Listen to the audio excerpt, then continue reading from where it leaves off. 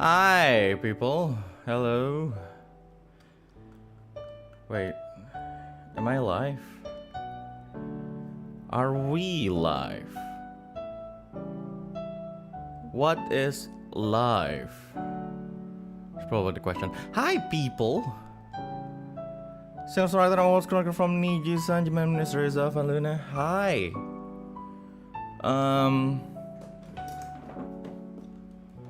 This will be a little bit different. Just realized there's a lot of things that I need to take care of. Also, you know, do you know that feeling that you know where something is supposed to be but they're not there, and then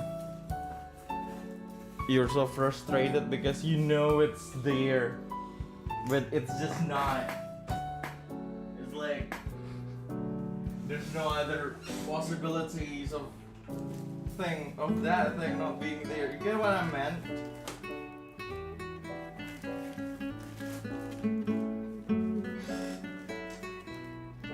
Anyway, wait, let me go back. You know, how scatterbrained I am.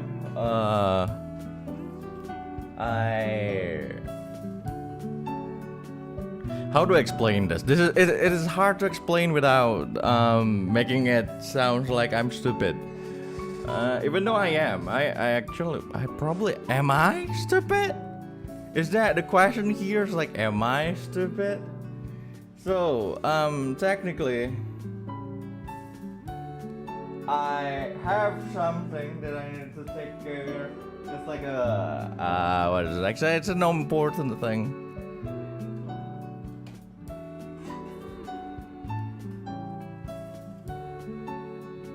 Government stuff related. And then, you know what? Reza Avanluna in the past be like, oh hey, let's put it somewhere safe. So I don't lose it, right? So I did. And then I completely forgot where the fuck is that safe place. So technically I lost the thing because I tried to not lose the thing. You get what I meant? I lost the thing because I tried to not lose it. Well, everything is fine. It's just frustrating. But that is life. And that's probably a tempest. In its own way. Anyway, hi! I'm back. I'll look for it after this. It's fine. It's just... It's not that big of a deal. Or is it? It technically is. It technically isn't. So, hi people! Welcome back to the whole thing. My name is Reza Avanluna. Let me share this on my Twitter. Where's my Twitter? Okay, live now. Live now.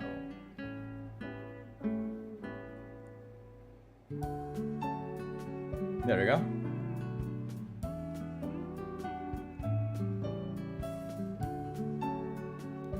Good afternoon, people. Hey, welcome back to Avanluna. Shoot. Something chan. So, what are we talking about today? We are talking about the... Damn. We are talking about the Tempest of Dreams, right? Yeah. Tempest of Dreams is where all dreams come true. No, isn't that Disney World? It's like, what? Is it where every dream come true? That's Disney World.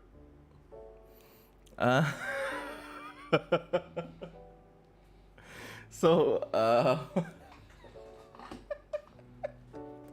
what was I? Anyway, so let me. All right, that's the thing that I forgot. I should have uploaded the thing first before I. There's a first no copyright strikes now. Yeah, who the hell cares anymore? Let me upload the thing because apparently I haven't. Reza Avanluna be like, yeah. So, Tempest of Dreams.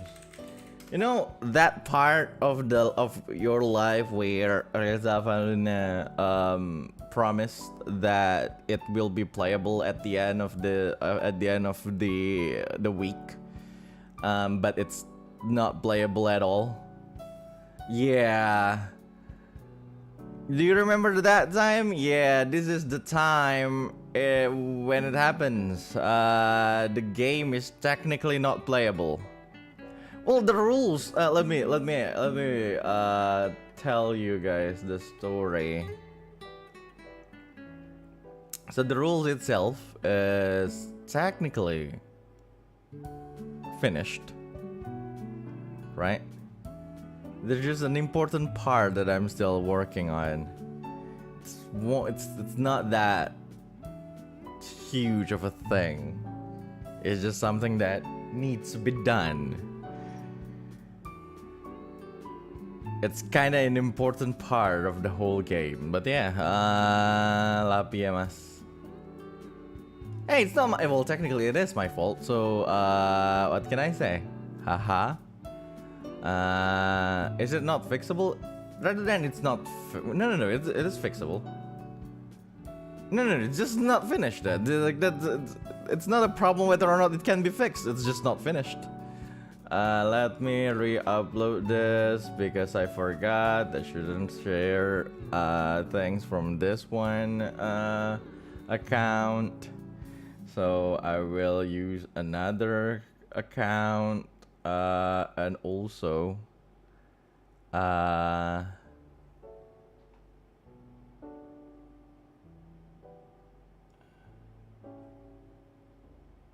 what the hell? Okay. Wait, let me. So, how's your weekend, people? It's Sunday, and this is definitely not me buying time for the mistakes I have done in the past. Definitely not. What? That,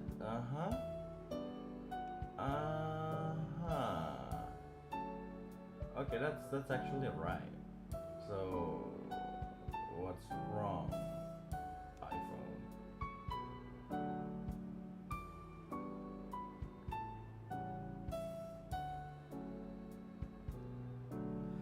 I've been playing a lot of rhythm games. Hey, rhythm games are nice. I'm not gonna lie.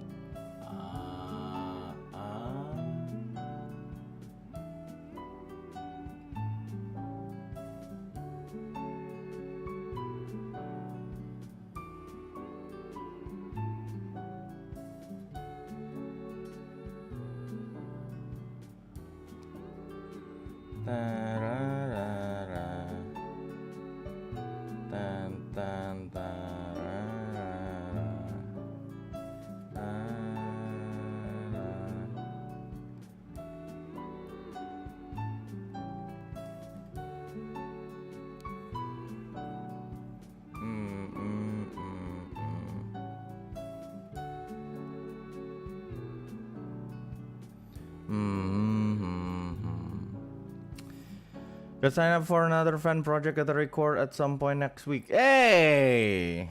Isn't that nice? Nothing much, just going to a card shop to buy some sleeves. Can't you do it online? Isn't that's a legitimate question. Why do you need to go to a card shop for that? Not gonna lie, it's an actual legitimate question. Okay, let me make a link that's definitely not used.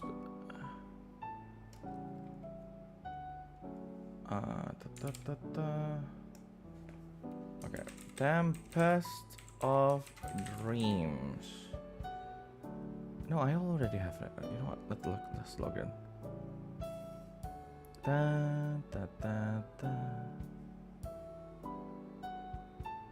Let's use this. Because online doesn't smell like books and leather. Can't roll the big off. That makes sense. Man, I miss going to a game shop and actually play some, you know, offline sessions. It's been so long. It has been so long. It has been so... Tempest of Dreams. Let's not make a QR code. Then I will. There you go. There you go, people. Okay. I will send you guys this, and you feel free to read it for a little bit. But there you go. Tempest of Dreams. Tempestus. Make sure you download it first. So I'll pin it to the. I'll pin it. Pin it. Pin it. I'll put a pin on that, and then yeah,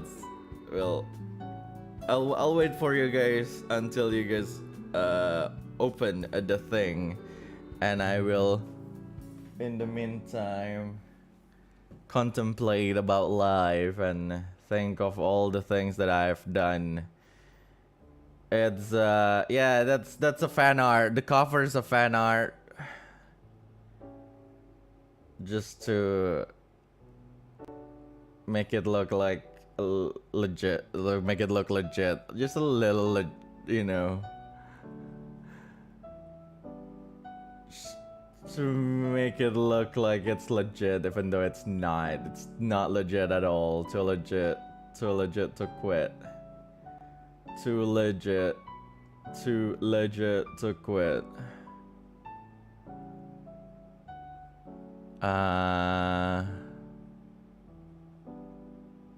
Is this fine to share on Twitter? Yeah. Please do. I'll share it later after the stream, but yeah, you can. In fact, please do it now.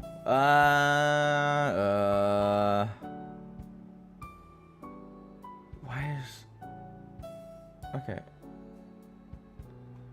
I think Staffson is trolling me.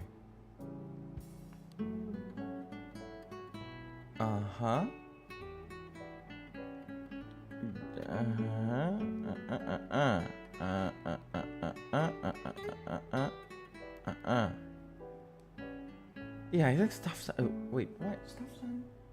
Why are you trolling me? Fudge. So you need to do. Okay. So technically, you can't do that on this device, then. Stuff, son. What the hell? How am I supposed to open it with this? You know what? Who cares? No. So if you see, my face is not moving right now. Stuffson is helping me with it, and yeah.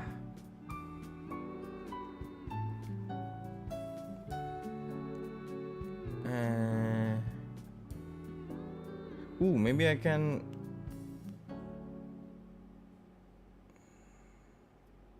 Well, not directly. Technically, Stuffson is helping everyone.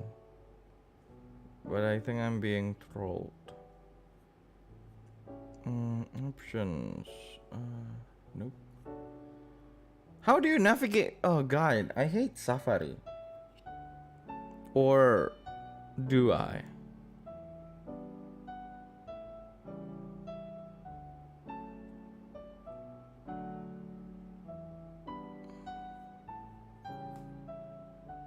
Well, I guess I'm just not an iPhone user. If that makes sense. How do you? Where's back? Where's? Wait. I'm not used to this.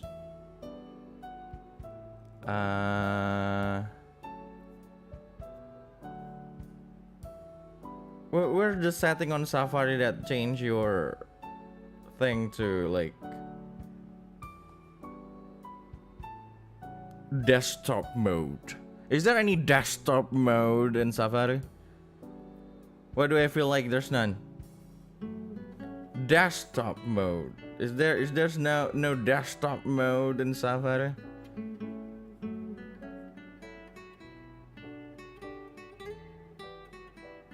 Oh well, let's not block pop-ups. Ooh, is that why? No.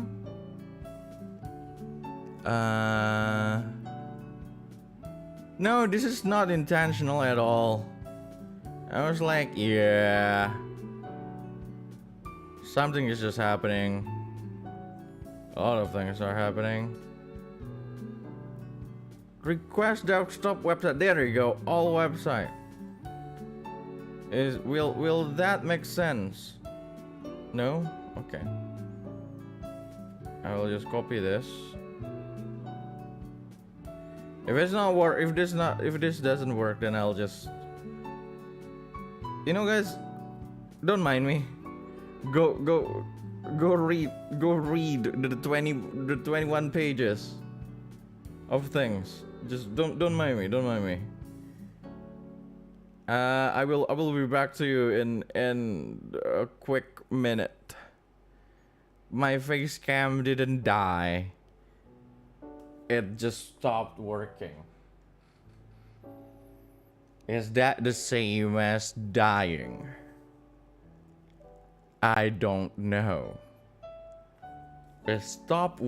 Okay, so let's window capture my shit. The Tempest of the Drams. Window title must match. The Tempest of a Drams. We'll adjust this to. Oh my god, this is so fun. The last time I did this was when we found. The last time I did this was when we found out about Fabula Ultima. One of the best TRPG system ever. So, but now we're talking about Tempest of Dreams. The Dreams of the Tempest. There you go. Hey, isn't that nice? That's there for formality. That is there for formality, so because I always like everyone, if you want to read it, please download the thing because you won't be able to read it on my screen. So yes. Oh god.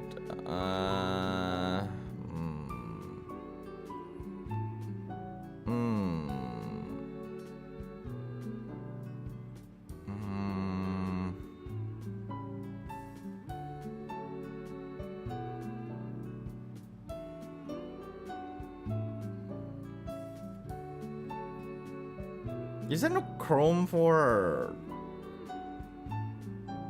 You know what? You guys probably don't know anyway.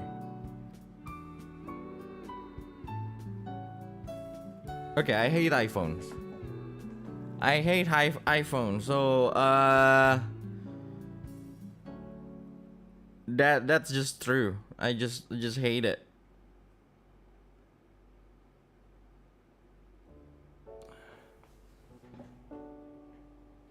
I'm usually, yeah.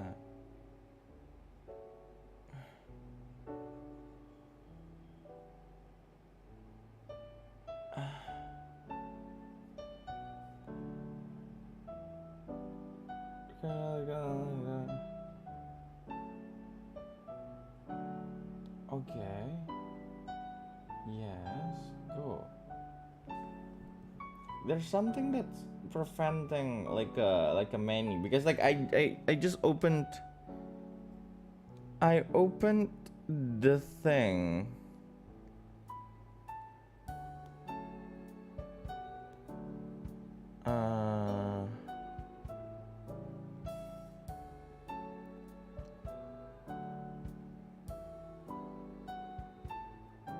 I opened the thing on my, what was it?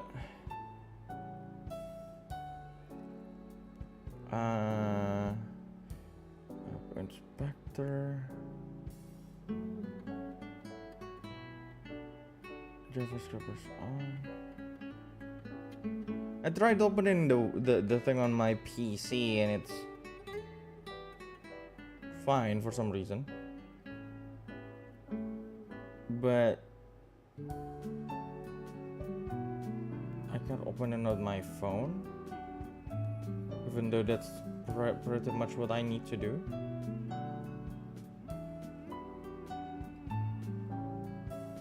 Oh, there you go. That's how you do it, huh?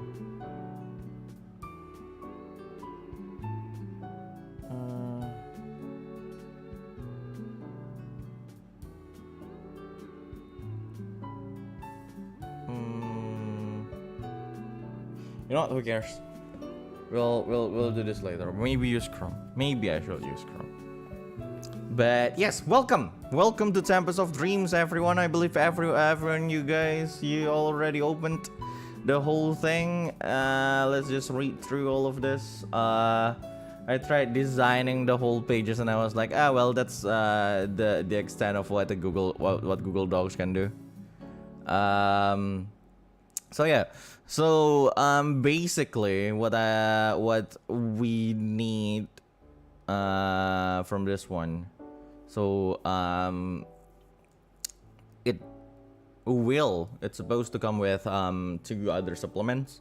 So the supplement should be the skills and flaws list, and the list for the Tempest for the world's administrators. But you know, let's talk about everything and in details. So why did I decide to do this? This may be the last time I can explain everything about the Tempest of Dreams. I will not be able to explain anything after my graduation. So let me explain things and make sure I say and let me explain things that is probably not written on the system, or maybe just heavily implied or anything, because that's just how it is, right? It's like I think at some point it, you know, things are just, well, it's implied, but then everyone will be like, but you didn't clearly state that, so we don't know, and then you will have like this huge conflict with your GM, with your world administrator or anything, and will ruin the fun. So this is why I'm doing this, because truthfully I can just release the PDF. So what you need to, what you can do is basically, if there's any conflict of things and everything, you can just go back to this one and refer to this one as like the thing. You know, refer to this one as the sage advice. And if it's still not here, if the answer is not there, then who the fuck cares? It's like, yeah, that's the administrator's call. Mostly everything is about the administrator's call anyway. So let's go. Let us freaking go. Tempest of Dreams, a short World's Chronicler TRPG. It's short, yes, 21 pages is technically short. You know, compared to other TRPG, that's actually legit. So it's a short TRPG. Every time I close my eyes, I let my consciousness wander through the depths of the astral sea. Who the fuck? Okay, so on and so on and so on. Preface. Welcome to Tempest of Dreams. It's a TRPG system that you can use for short-form sessions to play and run games as World's Chroniclers. In this game, what's important is your story and the emotions woven through it. This rules-light system...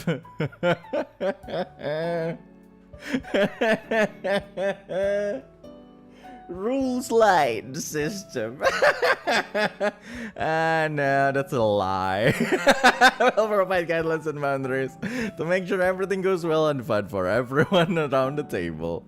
This game is also a game played with 2 to 5 people, with one taking the role of War's administrator, while 1 to 4 others as chroniclers. Is the rule lie? Is it rule lie? Who knows, right? It's like, is it? Would you consider like already 2 supplements? Yeah, I know. I was like, they're not supplements, just 2 attachments to things. But yeah, we'll see. We will. I think we will see about this. I'll tell my father, Potter. But yeah, so things, and it's probably not yeah, it's actually not explained this, but it's usually explained at the start of like the whole thing, like the things that you need for TRPG. Like, it's the usual thing, the TRPG stuff. You need some what is it, pen and paper, or notepad, or you know, anything. You probably don't need Roll20 for this, not at all. And also you need a D20 and a bunch of D6. So 120-sided dice. It's a D20 system, and a bunch of D6. Like, sometimes you even need to roll like 8 of them at the same time.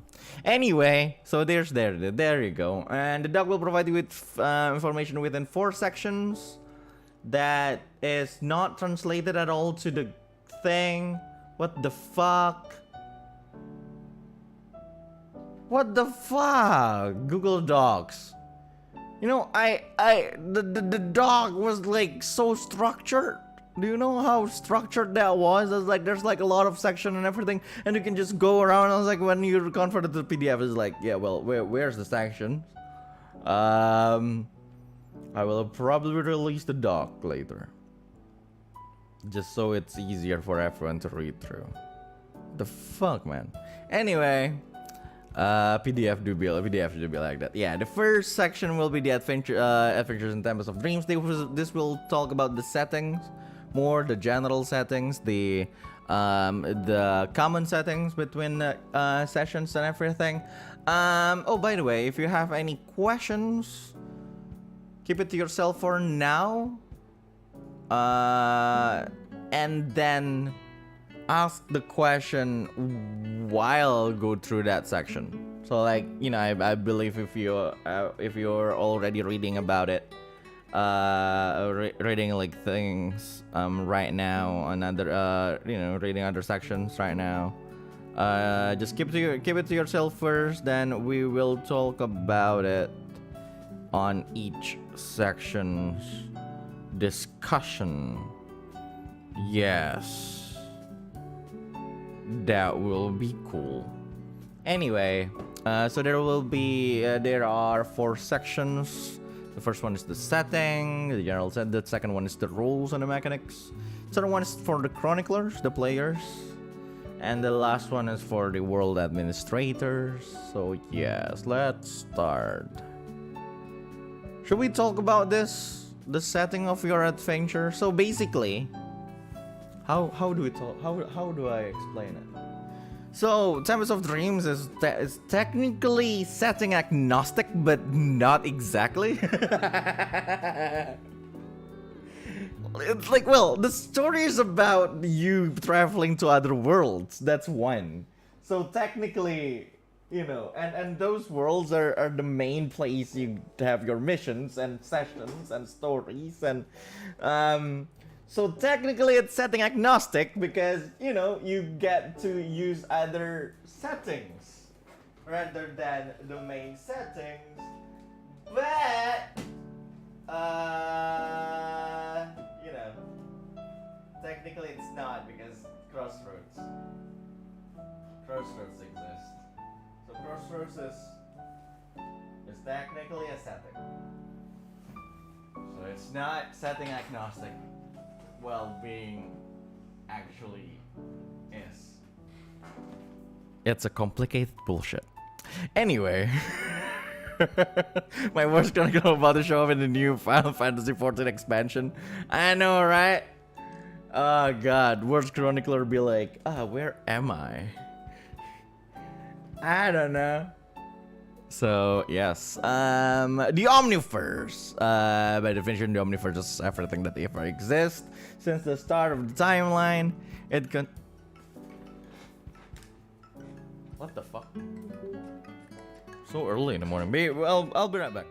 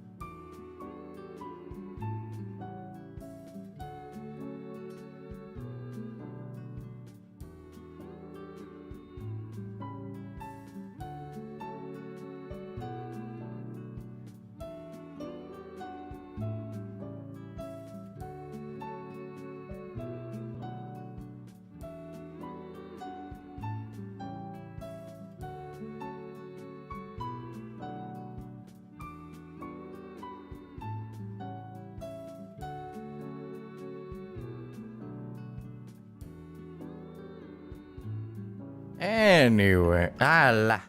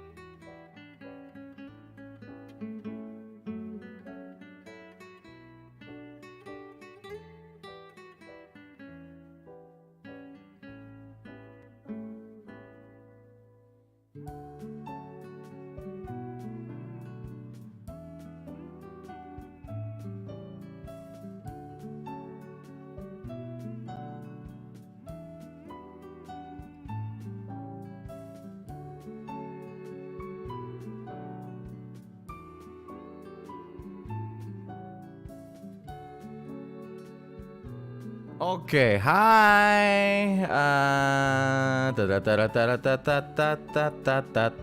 Okay, I'm back. I'm sorry, that was work. Is this a D20 system? It's a D20 system technically. It's not a D6. You do need D6s, but mostly it's you're gonna use a D20 because I hate life and I hate people, I guess. You know, we can definitely just use like normal dice, but no, I hate you guys. So eat it. You need a D20 for this. Eat shit. Anyway. So yeah, let's start with the lore. The setting, I meant. The lore. Hello internet, welcome to Game Theory. Today we answer the age-old question, who the hell is that in Midnight Motorist? The lore! Oh god. It's so stupid. Midnight Motorist, am I right? The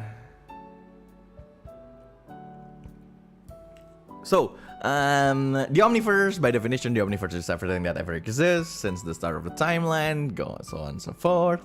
It consists of all worlds, and so basically the Omniverse is like everything. You know, it's like there's universe, there's a universe, there's multiverse, and there's Omniverse, right? It's like multiverse is like the same, like, you know, a collection of different universes into one.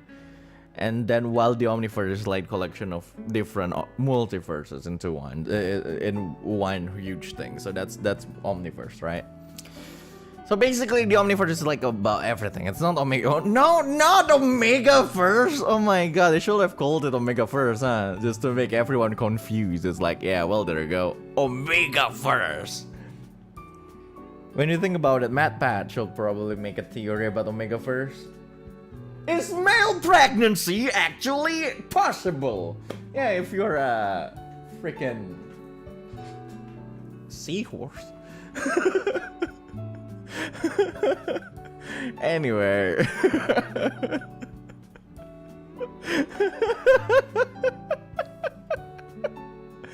Wait, male seahorses actually got are actually the ones who are pregnant. Oh my god. So the void, we talk about the void. So yes, the void is basically, you know, like, the void is the start and the end of everything. It's like, how do I explain the void? The void is like the start of everything. So it's like, you know, it was filled with like every single existence ever, and then it explodes Big Bang style, and then creates all the Omniverse, and then once something cease to exist or anything, their existence go back to the void. So basically the void, and then because it's back to the void, it's technically also, well, because it's in the void, it's also at the same time is in the start of everything again, and then it's just recycle. It's a paradox. Who the fuck cares about the void? I just wrote it in.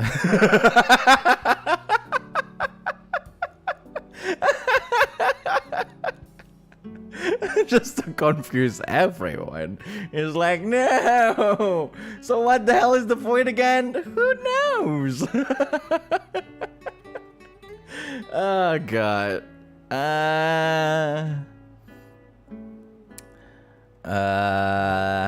Anyway, so the Omniverse and the void are just like, you know, who cares? Like the stuff that like, right?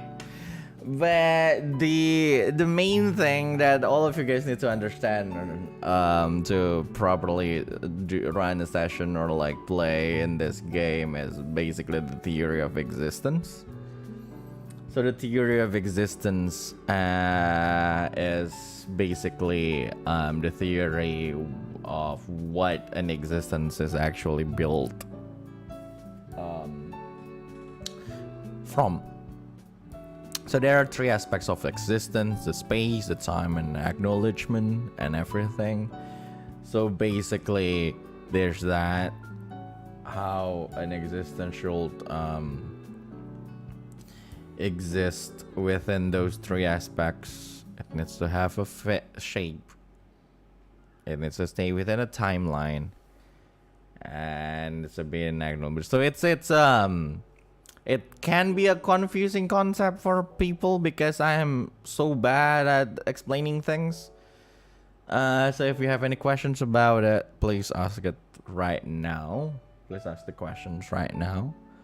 But yeah, from that concept of the theory of existence, we have the Tempesta Somni.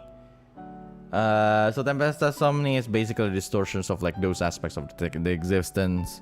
There are 3 Tempesta Somni. There are like spatial gust, cognitive squall, and chronological storm. Because those are 3 types of storms. Like, who the fuck names it? Who the fuck named this tree? Like, why do we have to call it Tempest?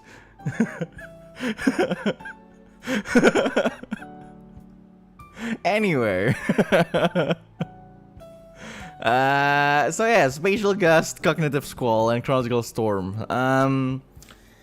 So basically, it's just the best explanation of it is like, just think about an actual storm or an actual tornado or something where everything is just getting mixed up and like weird and chaotic. Yeah, that's why they're called Tempestus. That's literally why. That's just literally why. So well, there we go. So the thing about Tempesta Somni is basically just this thing that we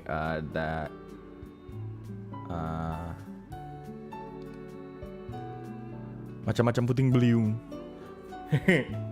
Puting beliung. Shouldn't have done. I shouldn't have said that. Anyway,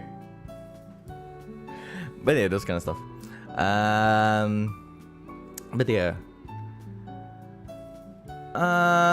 So like imagine it like this. So if we're talking about the concept of like one aspect of like the existence, let's go with shape first. Shape or space or form or anything. So it needs to have like a form for something to exist, right? So if it doesn't have a form, that it can't be perceived. That's basically it. If something doesn't have any form in any way, right? A form can be anything. It doesn't have to always be like a visual thing. It can be something that's actually invisible but technically exists. It's like, imagine like light, right? It's like it can't technically see the photons, right? It's like sound, right? Exactly.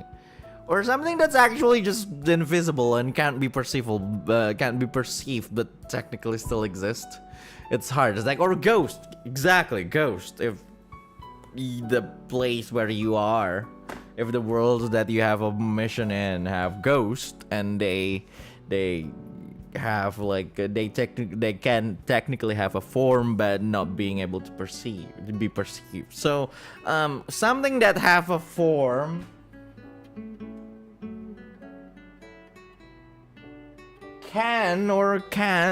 may or may not be perceivable.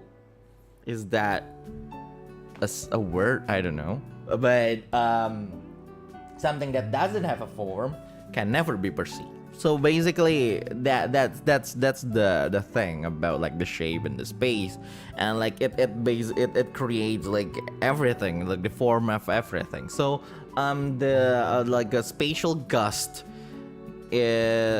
Spatial gust is basically the distortion of the form of their form or anything. It's like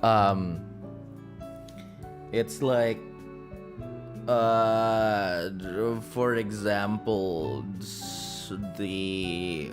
how do I make an example that is not, you know, like the simplest example would be like, you know, actual storm. Because technically It can be. Like, you know. Well, like something. Okay, so let's see. What's the example of a spatial gust that is not as simple as that?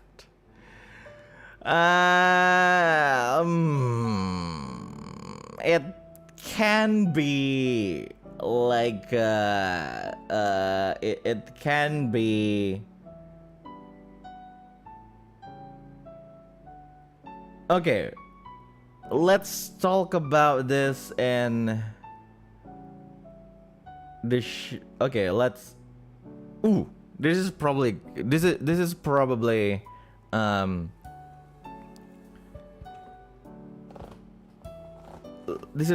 something that's that's gonna be a little bit complicated, but for the explanation of Tempest, let's actually just use one example, because one example can actually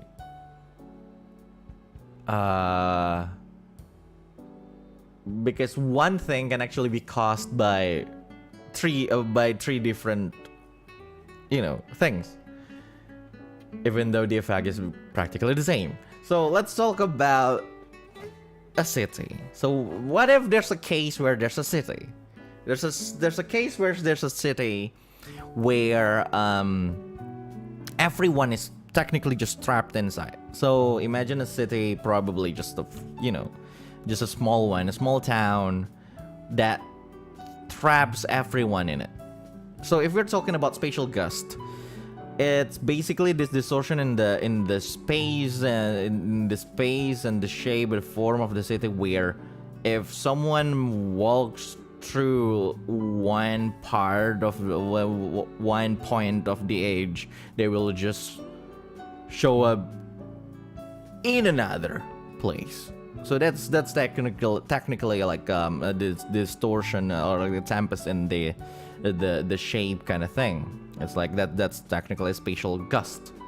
Like you like imagine like if it's working in a spatial if it's a spatial gust, it will probably working around like the mechanics where when one just move to try to exit through a certain exit, they will just enter the city again on another entrance.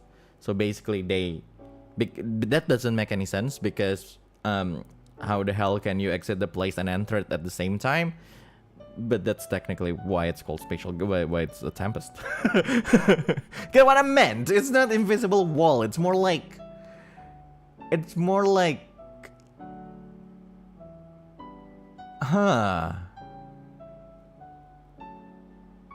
yeah, but just imagine like imagine a room right now. Okay, imagine a room. So smaller example. So imagine a room. You're in your room, and the room has two doors, right? You go to the door. You try to exit your room to the door to your left, and then as you get out of that room, you just get into the same exact room through the other door.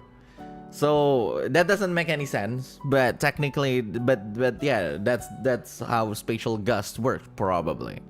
It can work in any other way, but spatial gust is that kind of thing. It's like so distortion, but it's but distortion within the shape and the form and the relationship between space and everything. So in an existence, so some things like portals, but something like that. So it's always you know it's portals can be a spatial gust, but if the mission is in a world where portals actually exist, then it's not a spatial gust. You get what I meant? This is only an example of you know, like if an example if it's about like that's it's only an example. There's other kind of spatial gust, right? It's like that one stereo illusion that's gonna also be a spatial gust. But the spatial gust also can exist as like an actual like function or mutation or anything. It can also be it can also be as the caused by a spatial gust, because, well, there we go. It's something like that. So anything that has a form, anything that has a space. So basically everything is a spatial. Most things are spatial gust. It's like the most common type of things, right? It's like things can just easily, everything can just easily be spatial gust. It's like, for example, like maybe like a chaotic magic that just mess with the existence around, or like something like that. It can something that have anything to do with the form or the function of things. That's spatial gust.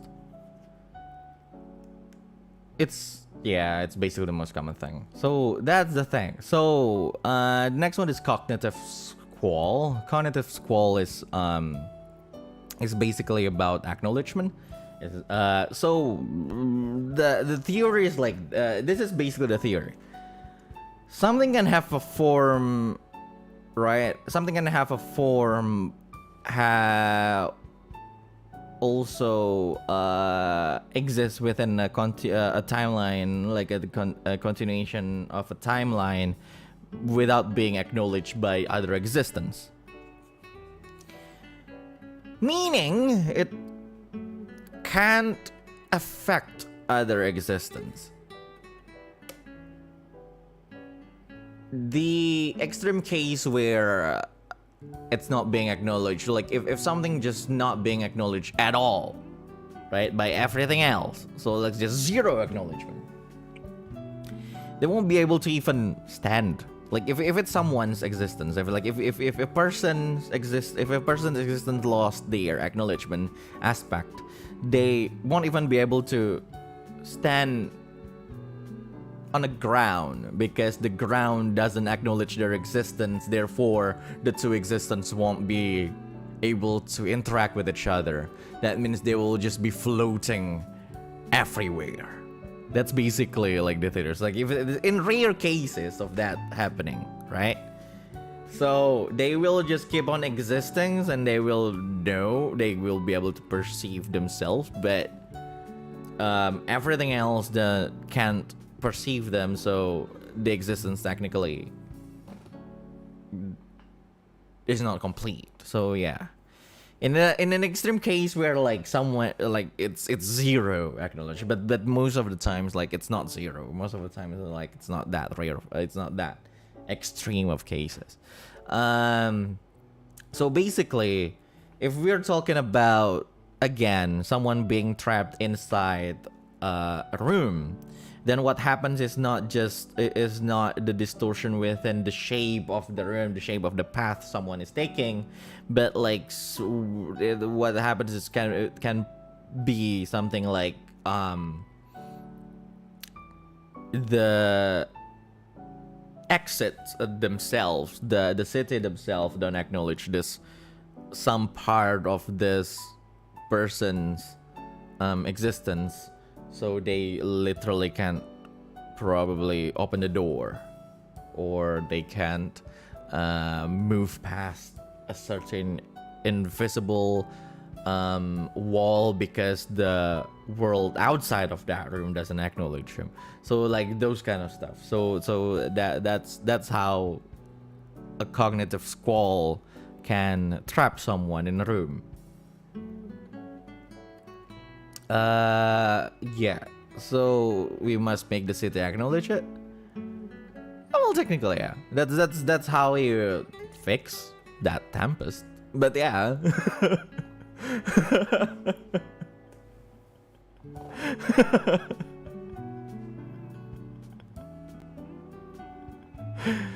Oh god. But the problem with cognitive squall is like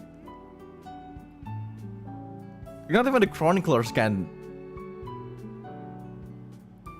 interact with them, because the chronicler's existence the chronicles exist and don't acknowledge that particular existence because like the other homeworlds don't. So it's more like, yeah, it's usually found as like, it happened. Oh, I see, it happened before, or it already escalated into something else. But like usually in my experience as going through all of this bullshit, cognitive squall is something that we just know in after everything else already done, or like, you know, well, in some rare cases it's still, you know, it's something that's going on. So that's cognitive squall. If we're talking about chronological, then the next one is chronological storm. It's connected to the aspect of time. So the concept of aspect of time is like, it's not whether or not you're within an existence within a timeline, or it's about whether or not the existence stay within the continuation of that timeline. For example,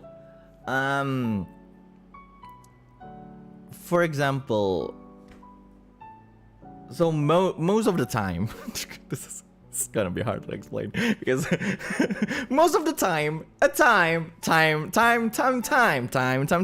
So most of the time is like an existence will always stay from the start, from the beginning of the timeline of a certain homeworld to the end of time. Because like, we're talking about existence, we're not just talking about life. If someone dies, their existence will actually persist to exist until the end of time as, you know, as corpses, and then they will just decompose, they become like fertilizers, they become other things. So that means their existence actually just kept on persisting, it kept on being there until the end of time. Existence doesn't equal life. But so most things, like all the things, are actually just required to are always assumed to be in to exist since the start of the homeworld's timeline until the end, whenever that is, right? So like it's time is basically like whether or not that existence stays within that continuation of time. From the start to the end, it will always stay there. But so the idea was like, if you only exist on a portion within a portion of the timeline, right, then you just don't exist in other part of the timeline. Like nobody will know, nobody will remember you, nobody will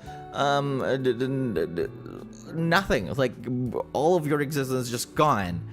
The easiest way to explain this is by talking about the chroniclers, because chroniclers technically don't exist within the world that they visited, right? They always entered a world at one particular point of the timeline and exit the place at another particular point of the timeline. So they only exist in that world within that timeline, within that portion of the timeline. So before that, they don't exist at all. Before that, they will not be able to interact with the world, nor can the world interact with their existence. And after that, they can't interact with that world, nor can the world interact with their existence. So basically, once a chronicler left a world for good, either by dying in that world or by actually severing a connection with that world, everyone will just forget about it, about them, about everything that they've done, and everything that they ever touched or like they ever affected, they're just gone.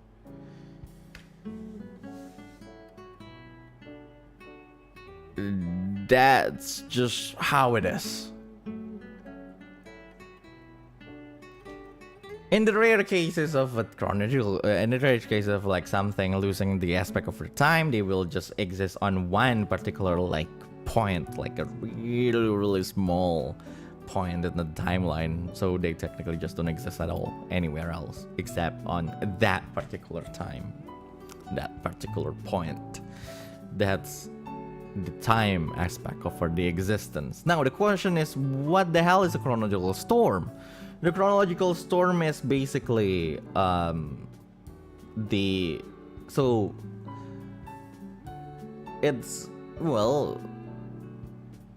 it's the chronological storm. So imagine the timeline is one long ass string, one long ass thread, and like at some point someone just pinch that someone just pinch a portion of that thread and just roll it. So it's like it became messed up. So that's basically chronological storm. I would be like, what? That doesn't. Pardon? So if we're going back to how big ball of wibbly wobbly time stuff. Exactly. A big ball of wibbly wobbly time stuff. So if we're talking about how the Tempest, in this case, the chronological storm, can trap someone inside a room, then what will happen is usually a time loop. So at some point someone will enter a certain room, and some point they will exit that certain room. And those events happen in two different points of the timeline. Chronological storm, the chronological storm will probably be about, like, you know, the mechanics of a chronological storm. Trapping that person within that room is probably going to be that person exiting the room, and then the time will loop back to the time where they entered the room. So it's a time loop rather than other things. Or some other stuff, right? Things can be trapped within just one point of the timeline. For imagine like a city just being trapped in like one part. Like suddenly the city disappeared, and then turns out they just stay within this particular range within the timeline, and in itself has like their own timeline.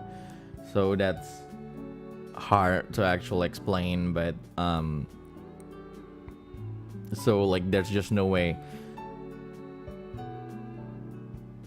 they can perceive the time beyond where they are, and things beyond the time where they are will never be able to perceive them. Chronological storm.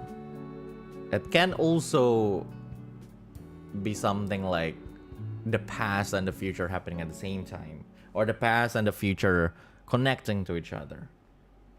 Kimi no Nawa. Hey! Kimi no Nawa is technically a chronological storm.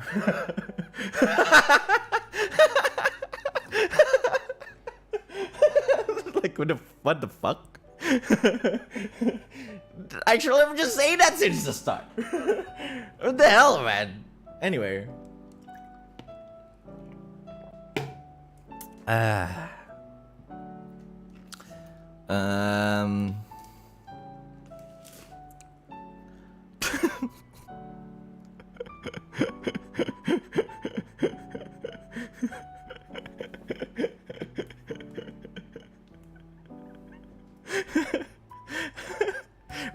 Right. So, Kimi no Nawa is a chronological storm because of like the what is it, the stupidest connection between the chaotic connection between the present, the past and the future, and how they can affect each other. So technically, Kimi no Nawa is a good example for chronological storm, right? So while Tenki no Ko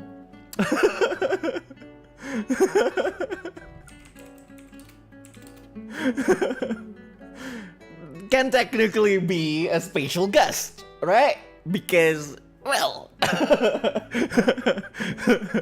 someone, affecting weather and everything. So I guess Tankinoko is technically is spatial gust, while cognitive squall is like while Koto no Ano Niwa is technically a cognitive squall because his feelings is not being acknowledged. Nah, it's like that one's a joke. But you get what I meant.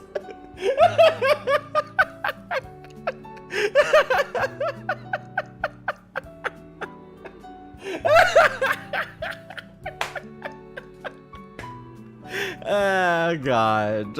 I'm sorry about that. Anyway, chronological storm is technically the existence of Five Nights at Freddy's, probably, because the timeline doesn't make any sense, Scott! What the fuck? When did Charlie die? Did Charlie die first? Did the crying child die first? Who did? And if they actually died first, why did Susie, the one inside Chica, say, I've seen everything? Wait, what did she say it again? I'm the first one. I've seen everything. Anyway. I was the first. There we go. And it's hard, man. Like, is Ballora a robot created with the idea of Clara Afton, or is Clara Afton actually died and became Ballora? Who the fuck knows, right? Who the fuck knows? But today we solve the mystery of the Midnight Murderist. Anyway, I've watched too many FNAF theories these days. Then, not gonna lie, I'm sorry about that. So those are the concept of like Tempest and the aspects of existence and everything, and we just reached the third page. So that will be still talking about dreams. Some people like people who so dreams is basically the stage where like your existence will cannot reach like a state of instability, and basically your existence will be connected to the other existence within the Omniverse. So you basically got transported into another world, or you reach the crossroads of dreams temporarily. So everything that you saw in a dream are basically things that's happening in another world, in a parallel universe. The easiest way to explain it is basically just watch Multiverse of Madness. Just remember, I did it first.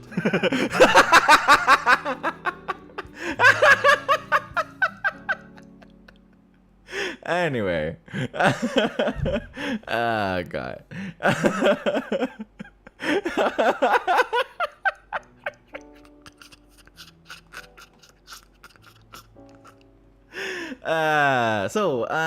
The people who can kinda control the state of their instability are called lucids.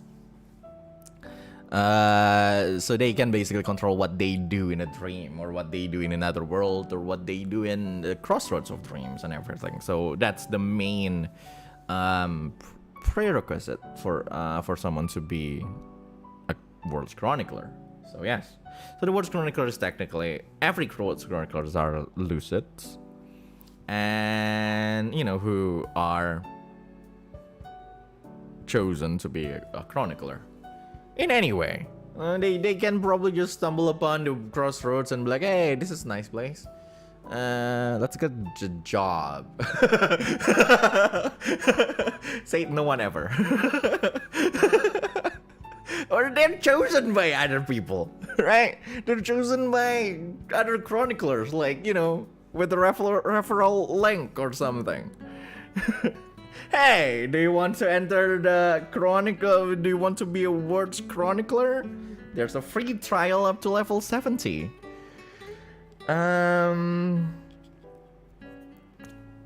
So yeah. Ooh, so there you go. That's chronicler. That's being a chronicler. That's what being a chronicler means. But yeah. Or you can just be, chosen by the higher ups. So yeah. There's referral system. Technically ya. Kalau nge-refer orang dapat bonus gak aja?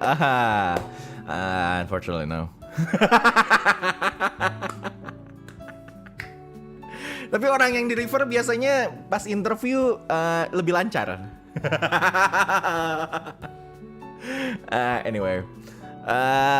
So there are 3 ranks of chroniclers: observers, combatants, and investigators.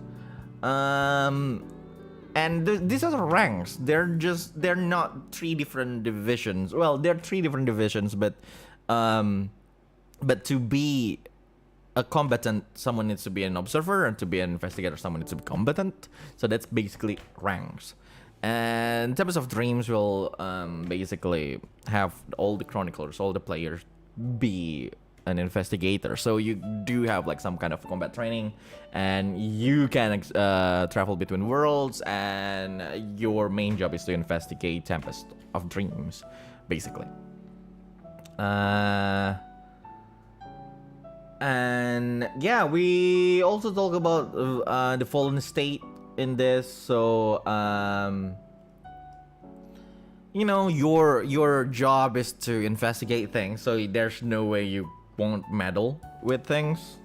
And then there's some kind of like thing called like your synchronization between the synchronization between you and your home world, and that will affect like how you do things, and that will also be affected by the things that you experience in a mission or anything. So it's kind of important. So don't fall, guys. Take care of your existence and everything. So yeah, and then the Dreamcatcher is to basically a tool that we all have to help us quantify, help us synchronize and desynchronize on our own. In our own ways to prevent ourselves to enter the fallen state and everything.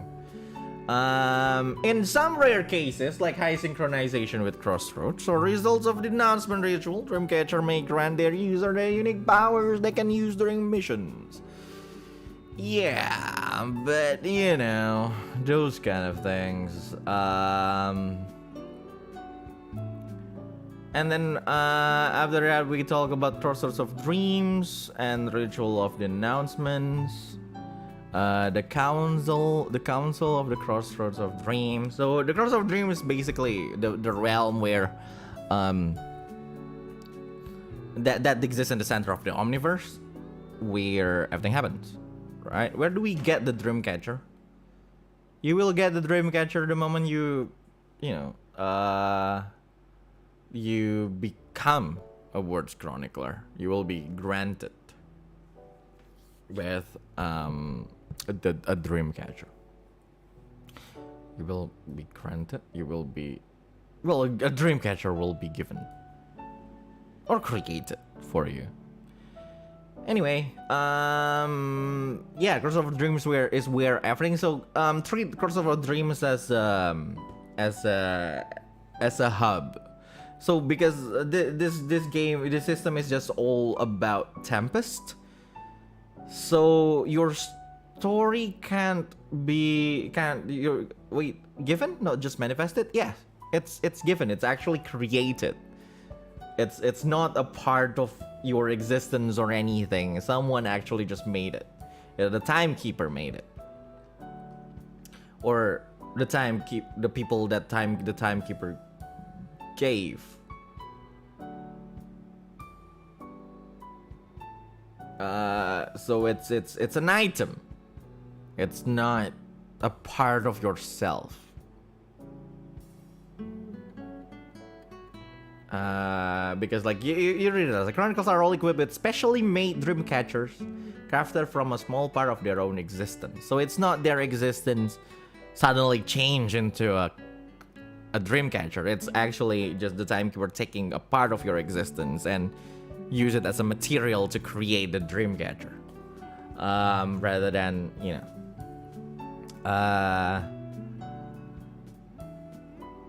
so yeah, so there are a lot of things happening in Crossroads of Dreams, not gonna lie. In the Crossroads, everything can happen.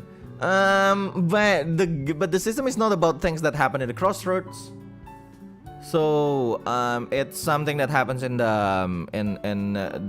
other world, in your investigation Tempest, in your investigative mission of Tempest. So yeah, basically we don't talk about things that happening in Crossroads. I don't think I'm allowed to translate those things into a game system. I signed an NDA.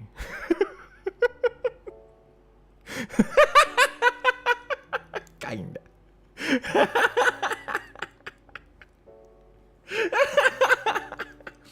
So, ritual of denouncement.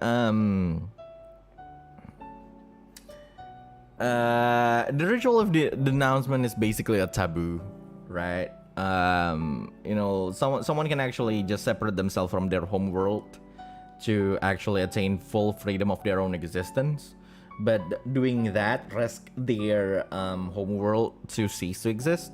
So basically, if you succeed in a ritual of denouncement, then you will be separated from your home world. But if you fail, then your homeworld's ability will be disturbed and the homeworld itself will be destroyed, will be like go back to the void, and you yourself will also be destroyed and go back to the void. So you know, and it's a huge thing. It's a taboo, and like most people who actually succeed on this are banished, or you know, or technically they did it to run away from the shackles around Crossroads and everything. So only one person in history was allowed to stay being a chronicler after succeeding the ritual. But even so, he was known as the one who abandoned and was ostracized by those chroniclers. I wonder who that guy is. He sounds familiar. But who is he? Anyway.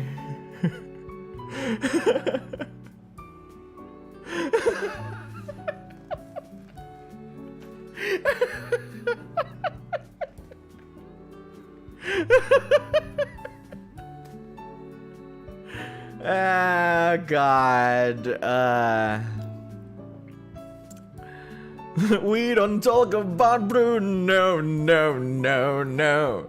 We don't talk about Bruno.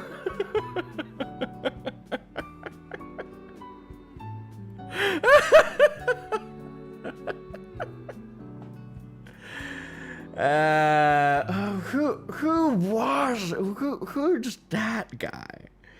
I wonder if you know how they live and talk. Anyway,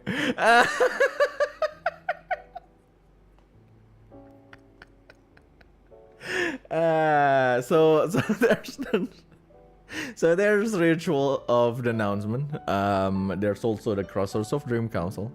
If you decide to stay in another world for the rest of your life, could you do it as this, or you need to go through ritual of denouncement first?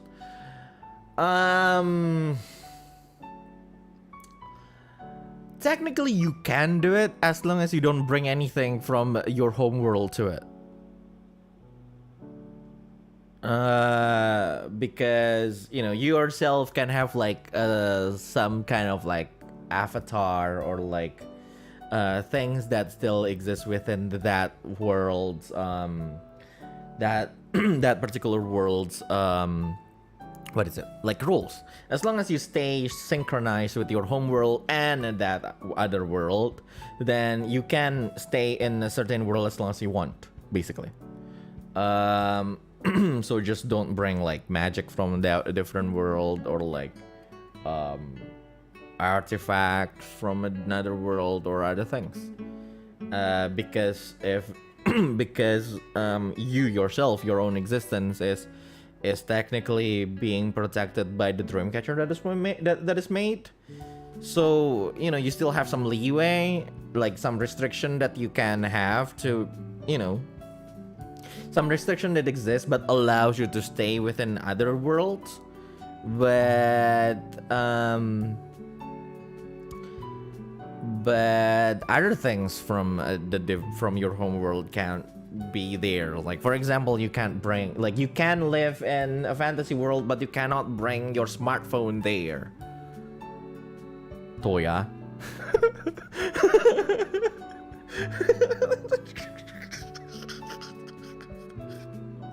Unless the smartphone is the dreamcatcher. Unless that smartphone is the dreamcatcher. Unless your dreamcatcher is that smartphone, then it's a different bullshit.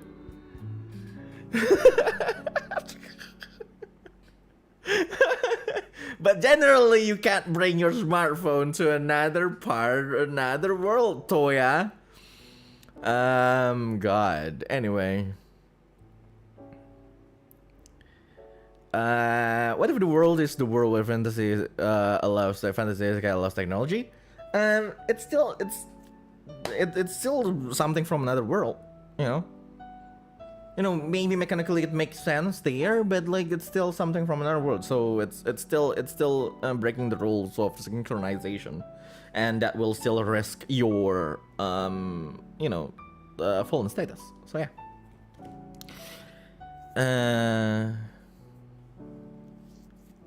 So the crossover of Dream Council is basically the ones who control all of this. The CDC.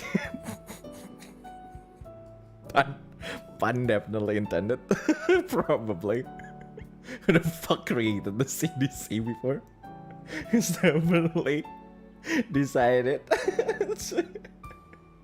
to use that, because we know it's Jonathan Langman. So yeah, I just these are like the four people / organization that you need to know around the crossroads, around the things, because, like, you know, the timekeeper is basically our boss, the personification of time, the old man, the stupid old man who control everything.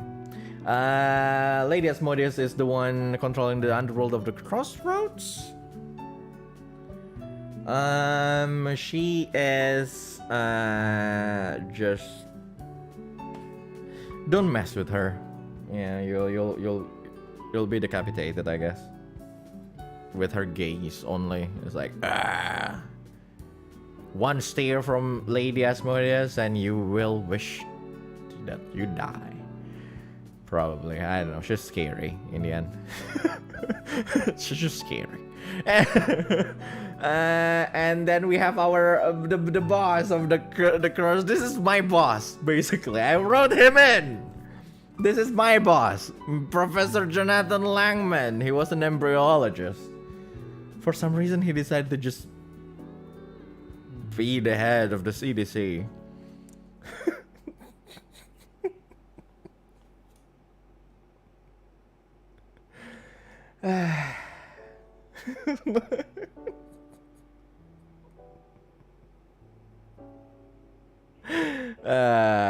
There's Jonathan Langman. And then there's Timeless Parse. Those fuck ups. Well, more like cool agey people, I guess. If you're, you know, I know how your mind works, guys. You like evil people. So yeah, go on and live with your fucked up minds. So yeah.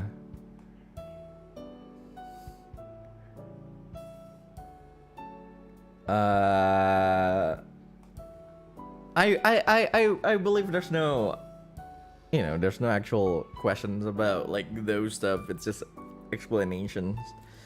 You don't need to understand it fully. You can have your own interpretation. After all, it's just a game, and the world's administrator or the game master is the one who has the final say on everything, including lores of your session. So yeah, listen to your guts. By guts, not G-U-T-S, but G-O-D-S. Guts. Anyway. Rules and mechanics section. So yeah, it's just sessions and missions. So it's usually one shot. The system is built around a game always being a one shot, but like sometimes you want to like do some bigger stories and everything. So yeah, you can. It's called a mission. So one mission can be like 1 to like 4 or 5 sessions long, because that's how nerdy people are. And I guess people just want to roleplay. This is not at all created for a campaign. There's no character advancement system here. There's no stuff. So if you want to do like a campaign here, you as the world administrator is the one who needs to like to think on how you want to escalate the story through an overarching campaign. Yeah, general flow of the session, right? It's the usual TRPG thing, but I kind of feel like I needed to write this down into this game. So there you go. So for example, there's administrator and his player Junaidi, right? Junet. Yeah. You guys will see like different like Indonesian names inside this whole thing, because I don't know, I like it's funny. Next one is well, checks. So basically it's a check. It's the usual thing, but like how do you do that? How you do it is basically you roll a d20, you add the basic abilities to it, add the skills or flaws, bonus or penalties, and then that will be the result of the check. That's the only thing. That's the core. That's not exactly the core. That's basically like the basic mechanics of Tempest of Dreams. So there we go. This is a challenge rating, impossible, hard, moderate. These are like, this is basically the guideline for world administrators when you guys create challenges and everything inside that whole thing. So the challenge rating is basically the number that you need to reach with your check.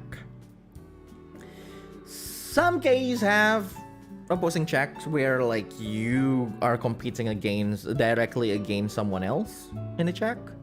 And so in that sense, then both of you will roll the same check, applying the same skill, and then compare the length of your dicks.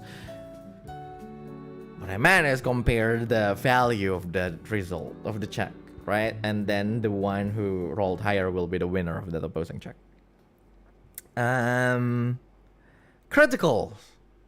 Natural 20 is always a success, natural 1 is always a fail, but there's no actual critical success. So you just succeed automatically, but it doesn't mean you do something that's that's just outside of the realm of what you're actually doing. For example, like you're trying to negotiate with a dragon when if you roll a natural 20 doesn't mean the dragon will suddenly fall in love with you. That's not how a game works. That's not how a TRPG works. Baldur's Gate 3. Anyway, not what I meant.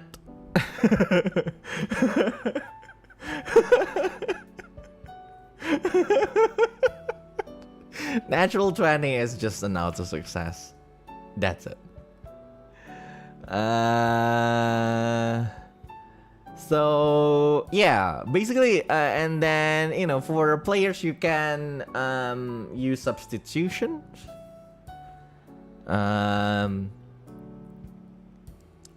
Basically, you can argue for a substitution. So, for example, like DM be like the DM, the GM, the admin will be like, yeah, please roll a,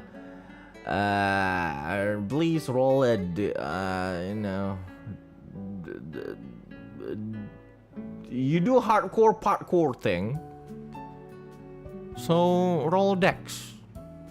Roll a check using dex 30. And add the bonus if you have a hardcore parkour skill, for example.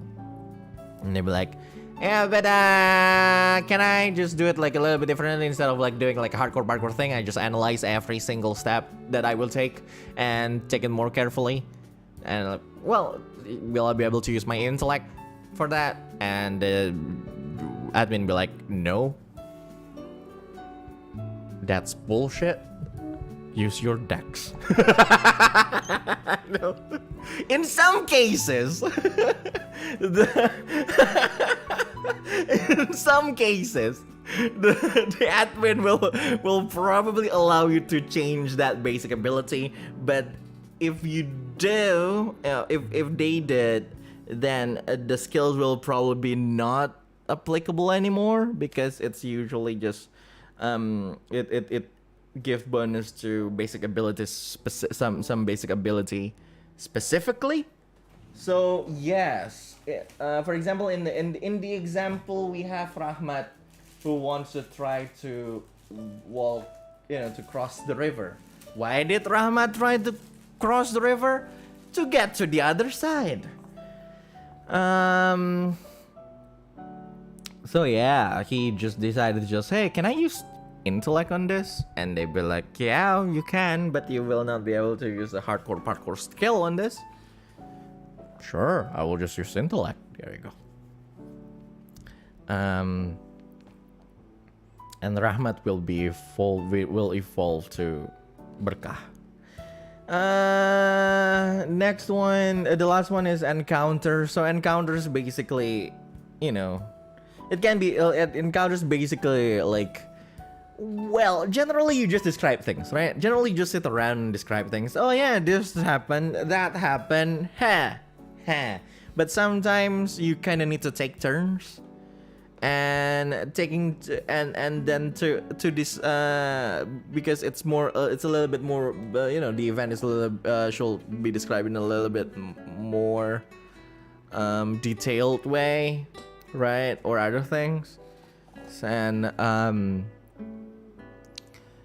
and yeah, so encounters, those things are called encounters. It can be a battle encounters, it can be something else, it can be a debate, it can be a rap battle, it can be like a dance freestyle battle, right?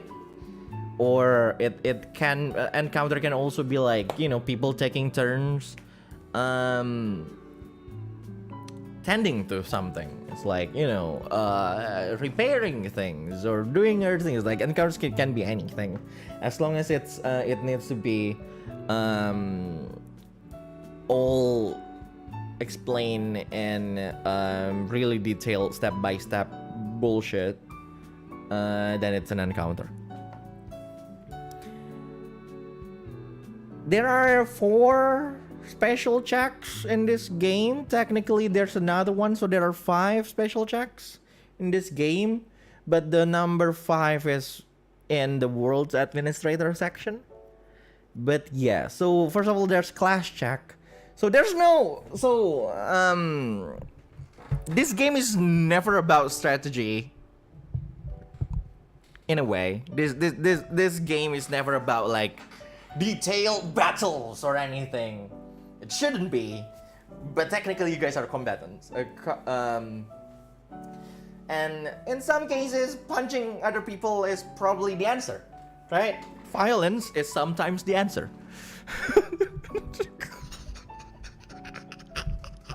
Reza Avanluna teaching you the wisdom of life. Sometimes, my children, violence is the answer. I didn't make the rules, okay? I didn't make the rules. Well, technically I did. Tempest of Dreams, yeah, technically I did make the rules. So remember, children, sometimes violence is the answer. And for that, we have clash checks. So, clash checks is basically what you usually call an attack roll. Basically, hey, I attacked this dude, but like instead of like single attacks or anything, it should be described as successions of like back and forth of a fight, right? It's like you're punching each other. You're like, you know, like instead of like, hey, I punch him. No, it's like should be like described always to be like a clash between two people or two parties or anything. And it's always combat. It's always an opposed checks between the attacker and the target, and it always use combat stat. You cannot use any other ability. You always need to use combat. Why? Because there are skills that will give you bonus to this check in the amount of basically that there are skills that will enable you to add either basic ability to this as bonus for the check. There you go. That's what I meant. So yes, and then the winner of the opposing check will be the winner of the clash, and the loser will go home and cry to their mother.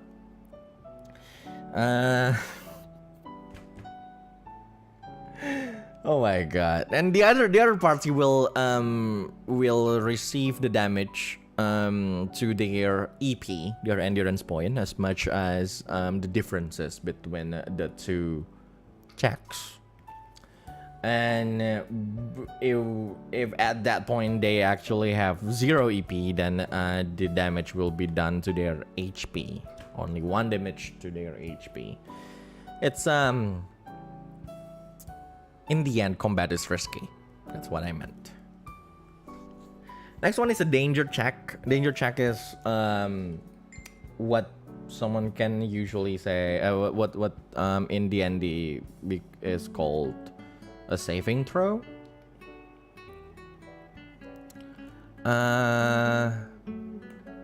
Basically, it's some traps and everything will be able to damage your endurance point if it's a danger check.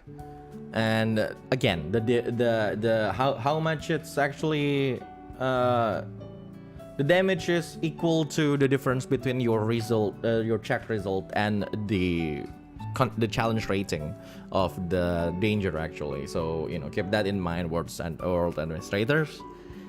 That's kind of important. The third one is recovery check. So every time you lose 1 HP, you need to roll a recovery check. You can use intellect or sense to regain half of your EP.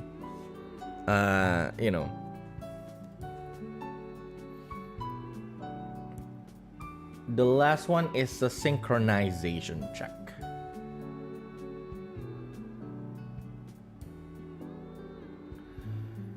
So sometimes You will do things that will danger your synchronization with your own home world.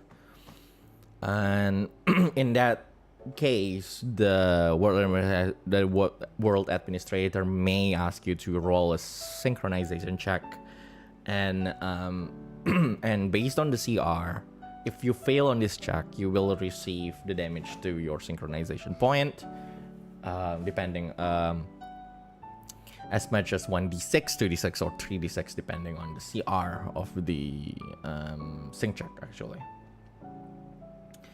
Yes, the game is kinda hard.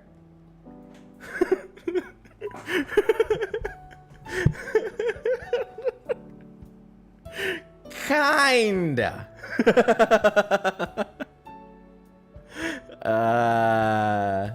You'll see.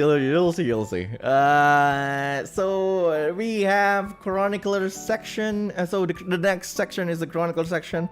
This is how you create your character. Right, prepare the chronicle sheet. Is it not beginner friendly? No, it is beginner friendly. Technically, like, you know, the rules is it's a rules light system. Like, you don't need to think about that many things. You don't need to read that many things. But let's just say that the story, the missions, the sessions will usually be high stake.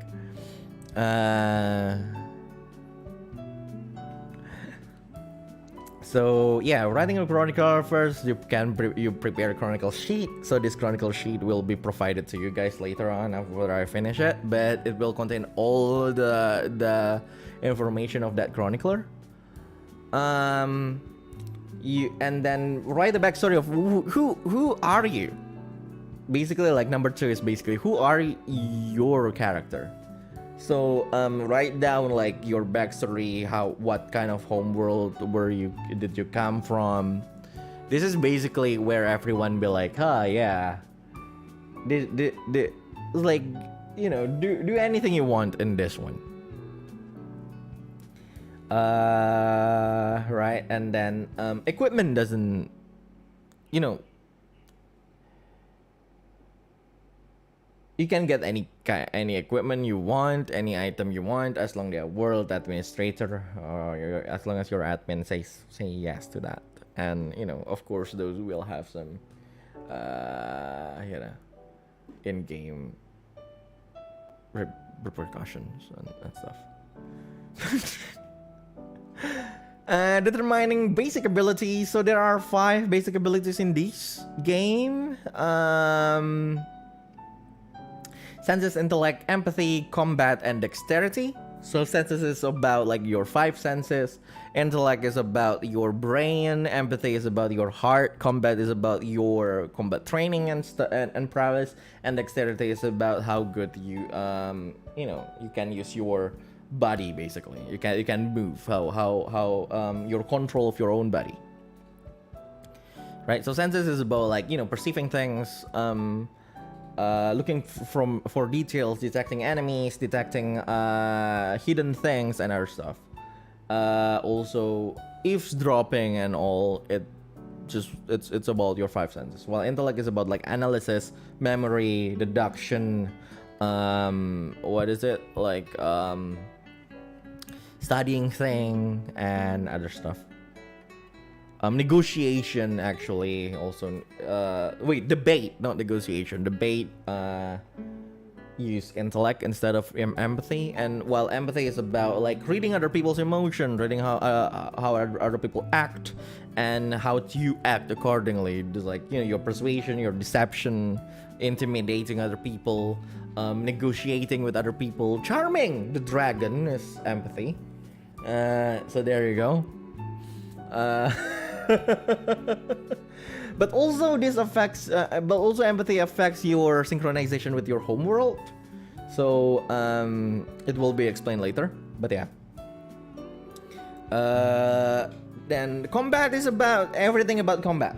So everything about combat is not just about punching and being punched. It's not just about that. basically assessing like for like strategies, tactics, assessing the status of a war. For example, you can technically use combat instead of intellect for that. Also reading other people's movement in a fight, or other things. Reacting to things. Reacting to like a danger lies in combat instead of dexterity. While dexterity is basically how well you have control over your body. So like, you know, crafting, parkour, strength stuff, right? Like, so it's basically like it's like sneaking around, and there's anything that basically involves like control over your body. That's just, I just use dexterity for that here. So all 5 of this is basically basically have value of like -5 as the minimum and +5 as the maximum, and you start with like all 0. It's like 0 on everything, and you get 3 ability points at the start when you create the character that you can assign to anyone, to any of those 5, right? So basically, like, you put like probably all 3 into like, just read the example. Like Pujianto is trying to create like a chronicler, so he's assigned like 1 point to combat and 2 points to dexterity. So like now the combat is +1 and dexterity is +2, right? The +1 and +2 are like immediately just translate to like the check. So basically, if for example, the dexterity is +2, then you need to roll something with dexterity. So you roll the 20 +2, and then you add the +2, and then add the other skills that applies to that check. Go on. Right. So in this case, Pujianto put like 1 on the combat, 1 on combat and 2 on dexterity, and if then suddenly Pujianto needs like 4 more to put like 2 on each of combat and dexterity. So he'll just reduce probably maybe what he will do is like he reduces his intellect by 2, so his intellect is now -2, while his empathy is -2 also. So like -1, -2 on intellect and empathy, and then he gain like a +2 and +2, like other +2 and +2, so like he can add it to like combat, and so it reach +3, and on dexterity so it reach +4 basically. So you literally basically can just tweak everything around, and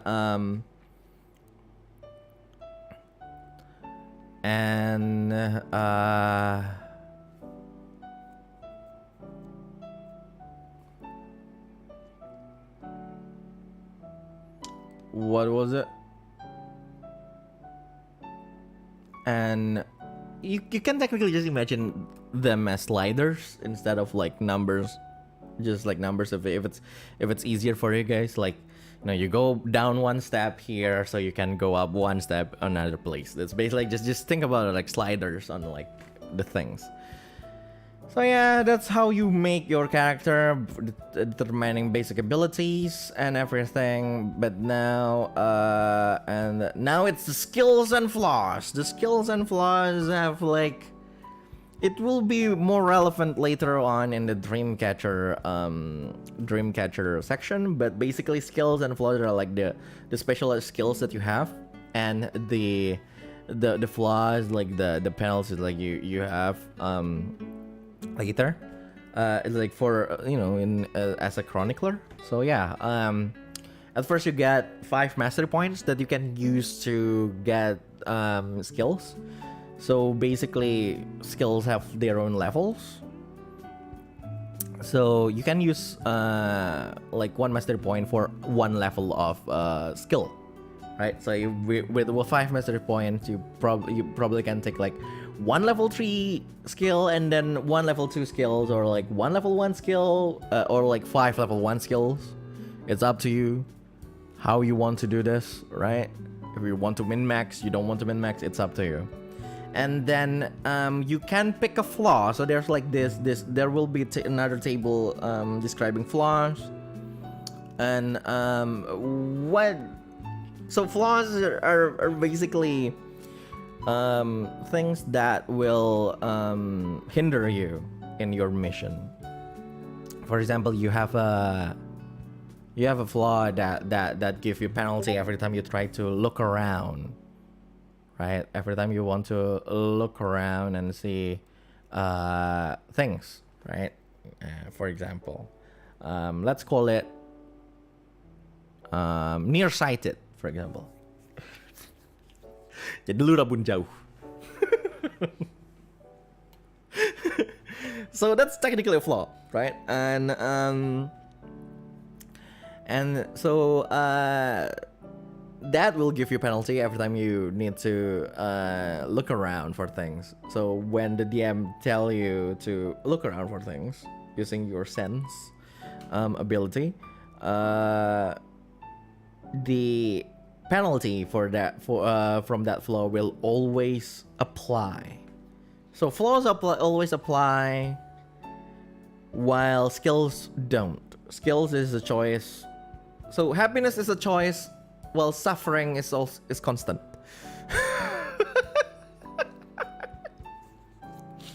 Happiness is a choice. Suffering is constant. So yeah, that's basically skills and flaws. So you can basically regain 5 mastery points, maximum of 5 mastery points by taking flaws, the same way as taking skills. So basically, like if you take like a level 3 flaw, then you will get 3 additional mastery point. So again, think of everything as a slider of like your mastery point. So like where is the mastery point is. That will be the easiest way to visualize these numbers.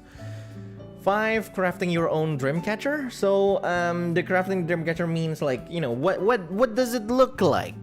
How can it help you? Where do you put it on your body or on your equipment that you have all the what is it, the freedom, the creative freedom to write in anything, as long as the word's administrator actually allow you to do so. There will be special skills for this, but it is not written yet, or more like I'm still contemplating on whether or not to include it, because it will make like things like somewhat a little bit more powerful than the others. But yeah. So let's go to determining basic stats. So your HP is always 3. Nobody's HP is more. Your HP is always 3. The maximum HP is always 3. And you know it may be reduced to like, you know, during a battle or during a clash. And every time so when your HP is 2, you get like -1 penalty on every check. When it's 1, you gain you get -3 penalty on every check. And 0 is just, you know, you die if it reaches 0. And dying as a chronicler means you just lost access to that world. So you don't actually die. You just go back to the crossroads and be scolded by your boss and like, dude, now I need to find your replacement in that world. Fuck you, the boss will be saying that. So that's max HP. Kena SP, exactly. Suruh bikin kronologis. Anyway, the next one is maximum endurance point. So maximum endurance point is like basically imagine it like your traditional HP. So it's how many you know, how much of damage you can get before your health is damaged. So it's called endurance point. It's EP. And then next one is synchronization point, and that's SP. This represents your synchronization with your home world. So max endurance points is like 20 is always like 20 is always 20 plus combat time 2. So it's the minimum value of EP the minimum value of your max EP is 10 and the maximum is 30. That also applies to your synchronization point. But yeah, so basically, yes, you can min-max everything. But be careful in min-maxing. Be careful when you dump combat and empathy. Basically, combat prowess and empathy are the ones that are most important for an investigator. Hey, that's nice. That's a nice way to put it. Hey, let me pat my back. There we go. Oh god, we reached the Dreamcatcher section. So, the Dreamcatcher is where everything gets exciting! Woo! I guess.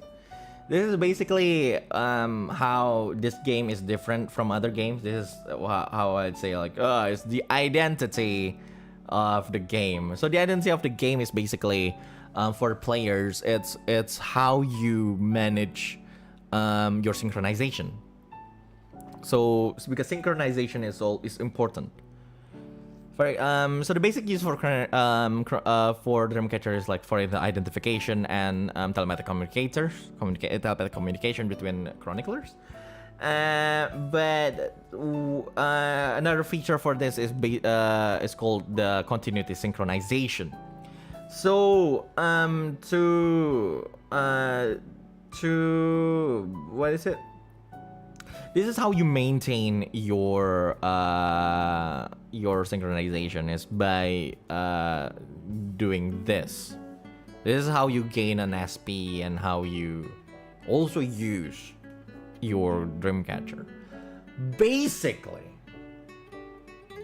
at the start of each mission, you will roll a d20 and just keep that result to the side. For example, it's 14, right? And then every time you do a check, no matter what check that is, you may exchange the value of that, the result of that dice roll with the synchronization die, right? For example, you rolled a 7. So you just exchange it. So now your synchronization die is 7, and then your check result is 14, and then you add the bonuses and the basic abilities, and then you will get the check result, right? So when that happens, after doing that, you will regain 1d6 of SP. So you rolled a d6 to gain that much SP, synchronization point. So now you have a 7, right? And if you want to regain another SP, you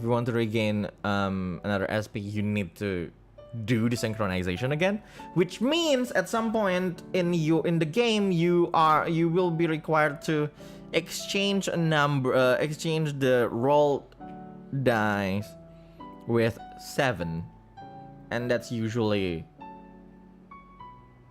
disadvantageous.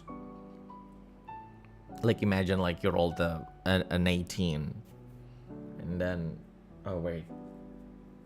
kinda need to keep this 18, so let's fail this one, and then you get the synchronization point, and then you have an 18 in your reserve.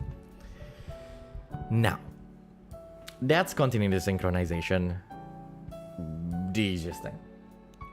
But then there's the cognitive desynchronization. Jokes on you, I can always roll a lower number. I know, right?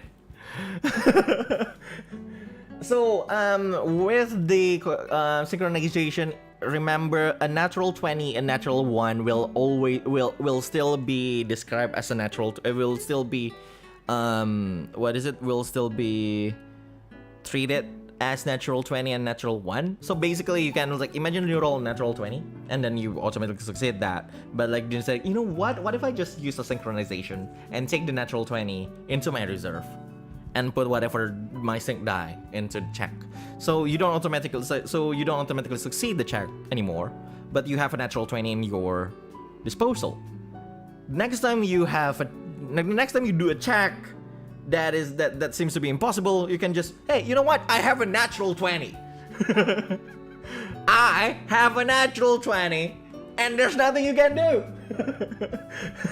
Yeah, you can basically do that. You can always do that. So yeah, you know, use it wisely. So the next one is a cognitive desynchronization. So this is, so sometimes you kind of need knowledge, some knowledge from another world. Sometimes you need some abilities from another world, kind of thing. This is represented in the mechanics where using a cognitive desync,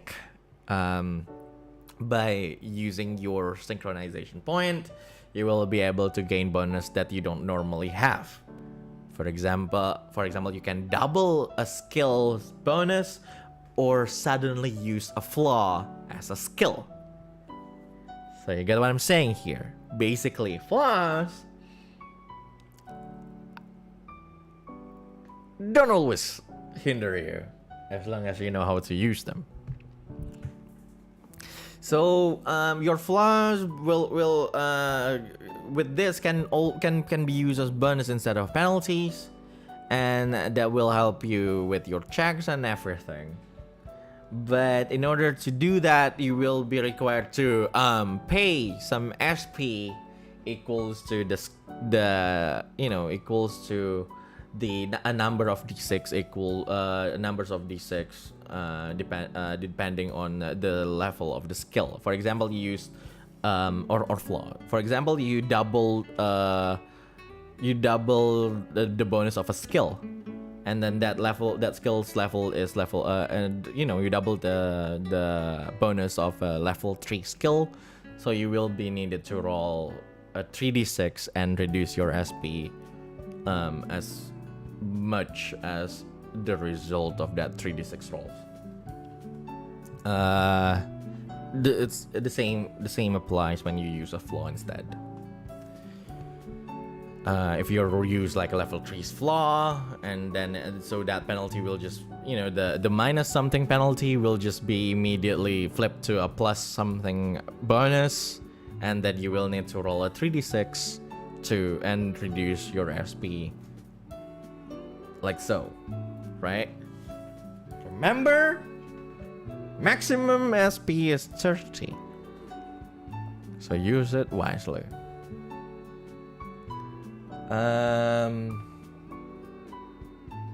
Number 4 is tempo stabilization. It will be explained in the world administrator section. So basically, the main strategy of this game is to keep on using your continuity synchronization as much as you can. So keep your SP high because you always need SP. You always need SP on anything. Like if you need like a desynchronization, probably, but like later on, the stabilization is something that's important in the game, and that will be explained later. So yeah. So there's the player section, how you create your player character, your chronicler, or how you create and use your dream catcher. I hope everything is actually clear right now, I guess.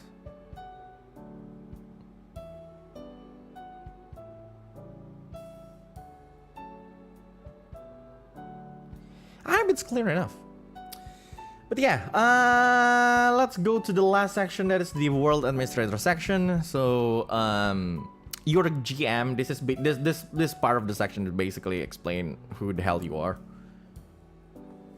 So you act like you act the narrator. You're the NPCs. You're the god basically, and then you also control the rules and all.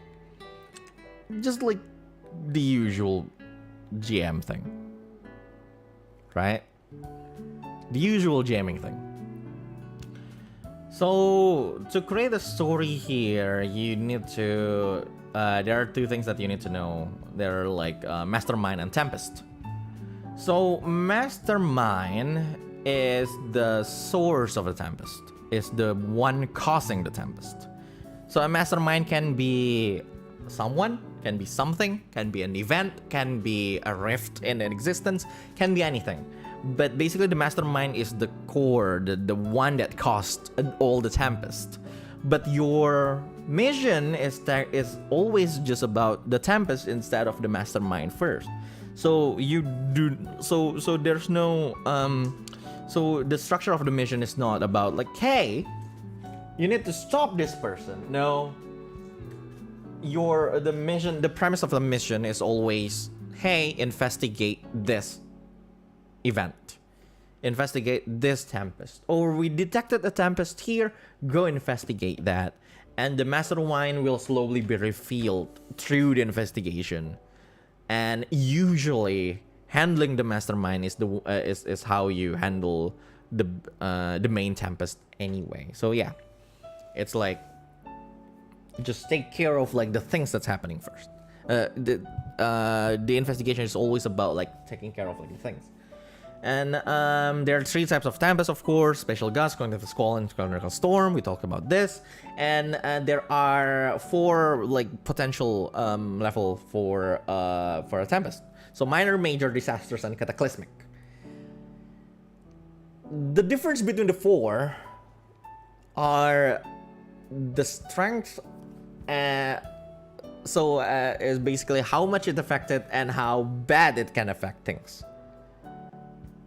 So it's usually like the simplest way to describe it is basically like how big is the area that is affected by that, and how strong is the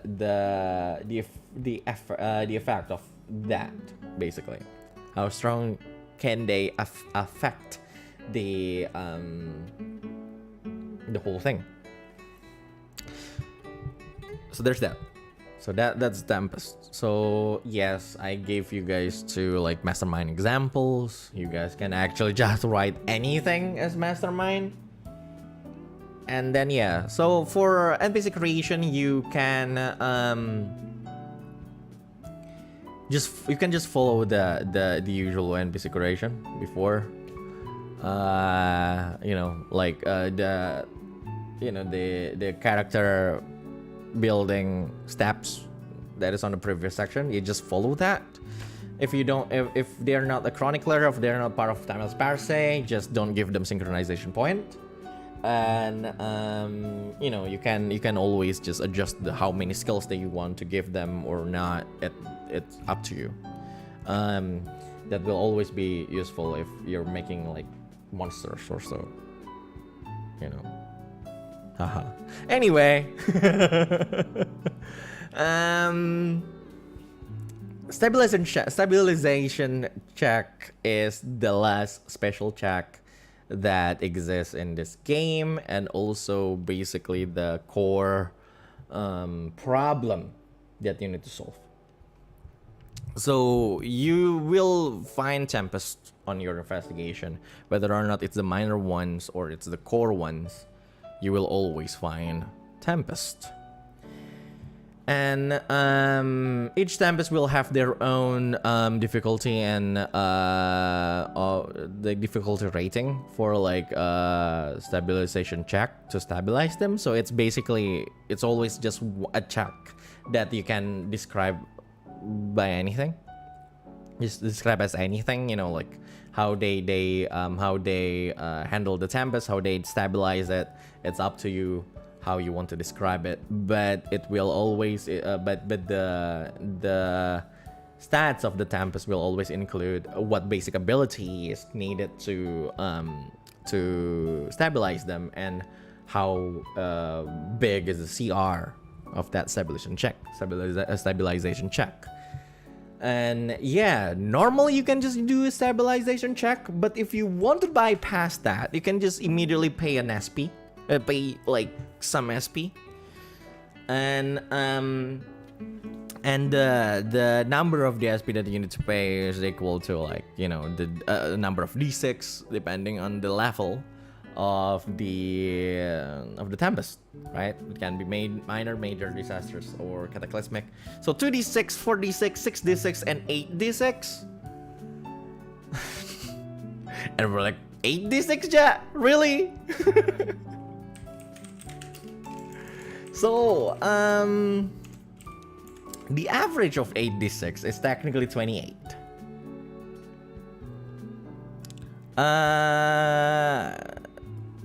So basically, what this is about is just... It's like this. Are you going to keep on trying to solve it, or are you just going to... sacrifice your existence? Right? Basically, it adds drama. And remember, if you end a mission with 0 or below SP, you will enter the fallen state again at the end of a mission. So you can always just, you know, you can reach like minus, or like you basically can just reach like take some risk and like reach a minus number, a number below 0, and just and try to generate as many checks as you need to get the SP number of SP that you need. So yeah, you know why I created like that? Why the recovery of SP is so low. It's 1d6 while the damage is always like 2d, is like are always like bigger than that. I want to force the players to be more active. Because so yeah, tips for the world administrators: keep on damaging their SPs. Keep on damaging their SP. And they will be forced to be more active and try to generate more checks. Try to force you to give them checks so they can use the synchronization.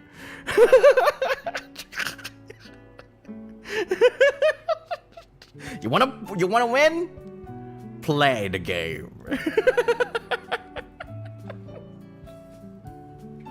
Keep on risking their existence, admins. Yeah, but yeah. We build the system to hurt players on purpose. Yeah, I mean, players are not active these days. Not gonna lie. So yeah. So there's that. Remember, this is called max synchronization point.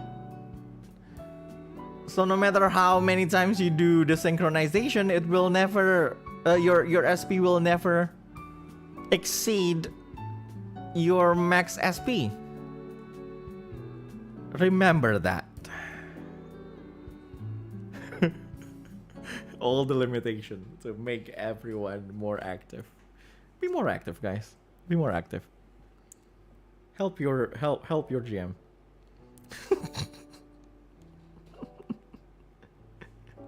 Yeah, let me order some ayam gebok.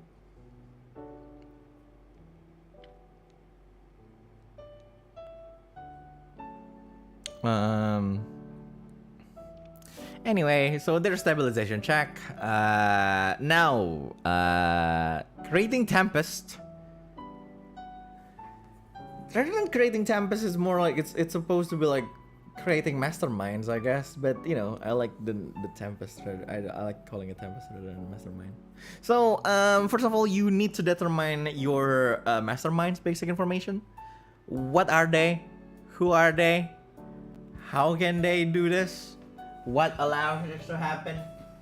Just, you know, you have all the creative freedom to create this mastermind. And then each mastermind that you created will have one cataclysmic, one disastrous, one major, and 3 minor tempests that they can use, but not necessarily, but they're not, you know, but not necessarily active all the time, right? So that they can use, but basically have them accessible instead of like always being active, right? So 1 disastrous, 1 major, 1 cataclysmic, 1 disastrous, 1 major, and 3 minor. So you may pick, that means you need to pick 6 tempests from the tempest list, or create 6 tempests based on the you know, based on the examples of tempests, or you know, if you have like any other idea of like effects and everything, it's up to you. It's totally up to you. It's whatever you want. And then, you know, just that, and then so this last page, oh my god, this page looks nice. It's like everything in one page. I like when things just fit into one page and distract me while I explain it. So Tempest at the core of the story. So at the before you run the story, this is how you write the story. So before you write the story, or before you run the story, you need to pick a core Tempest. So the core Tempest is the main problem that your players need to tackle. What your players need to investigate is the core Tempest. For example, we detected a time loop happening in this city, in this world. Please investigate that. That means that time loop, that Tempest that created that time loop, is the core Tempest. So that core Tempest is the one that your players need to take care, need to stabilize to end the story, to reach the conclusion of the story.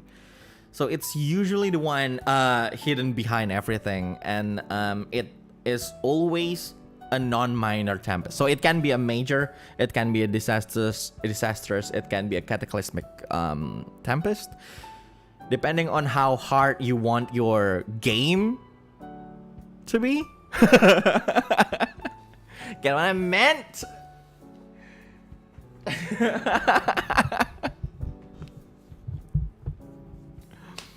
But yeah, depending on how hard you want the session to be, the mission to be, you can just pick the category, the level of the tempest. And then number 2 is actually about like the majority of what your session what your session is. Basically, surrounding the core tempest are other tempests that are weaker than them. So, for example, you're doing, the core tempest is a disastrous one. That means surrounding that tempest are smaller tempests that are of the major category and the major level and the minor ones. And you can basically activate them any number of times. I could actually trick my players into thinking this is a Grand Order game. So yes. So how it happens is how it goes is basically solving the smaller tempest should always reveal the more and more information about the core ones and how to stabilize them, basically.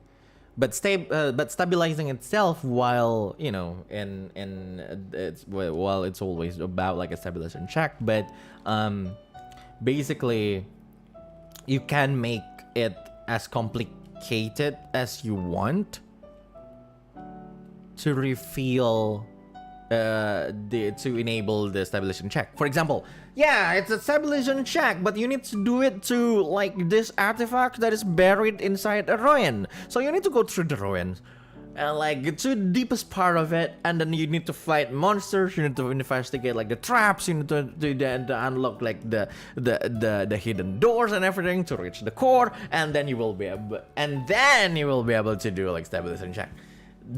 That's how it should always go.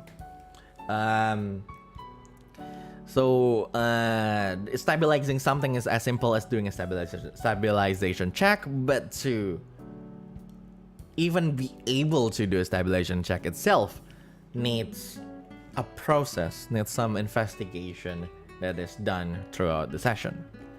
So number 3 is escalation and stake. So let's go to the next stage of your game, that is escalation of the problem. So if you want, you know, like a number of failures of even just one failure of stabilizing something may lead to the core Tempest to just level up to the next level, right? So the major can just suddenly level up to the available disastrous Tempest, and then to the cataclysmic level. And all cataclysmic Tempest should always be written as always have like a time limit kind of thing. I think I have there you go. This example is a disastrous level, but you look at the stabilization rating that needs like a 20 on the intellect check. But each time you fail the stabilization, the time loop will reset and all chroniclers gain -1 intellect, or a minor tempest will be active. So this like the -1 will act as the time limit, because everyone will just reach minus, and like to the point where they will not be able to just simply do a stabilization check on this thing, and then we'll force them to use the other method instead. And that will be like the stake of this. Like, you know, the stake is always about like their own existence at this point for this investigation. It's a dangerous job. Who the fuck applied to be investigators? So yeah, so that's the escalation stake in like a thing. But yeah, so I assume that when it says stabilize, it could also mean that it doesn't need to be returned to a previous state or become something new. Yes, technically, yeah. But it doesn't need to, basically, stabilization of a Tempest is always just about, like, the Tempest not existing anymore, or not existing anymore. But you can always just for example, like, a monster suddenly is causing, like, a Tempest. So the Tempest is actually the monster. And then the Tempest is stabilized, but the monster... but because of that stabilization, the monster will then evolve to something else. That's possible as the part of your story. Can every investigator make the stabilization check, or does it have to be one shot by one player? Everyone can try. While the minor ones will definitely, but again, if you fail, then the failure effect will always trigger. And for minor and probably some of the majors, you will for the minor ones, it will not stop you from, you know, trying again usually. But like for major disasters and cataclysmic, the failure effect will usually stop you from immediately trying again. It will probably teleport you somewhere else, or it will probably summon defense system or any other things. And there you go. So yeah, that's just how it is. What is it? So yeah, but it's usually done by one person from the game, from the group. Any insight on making it a group check instead? No.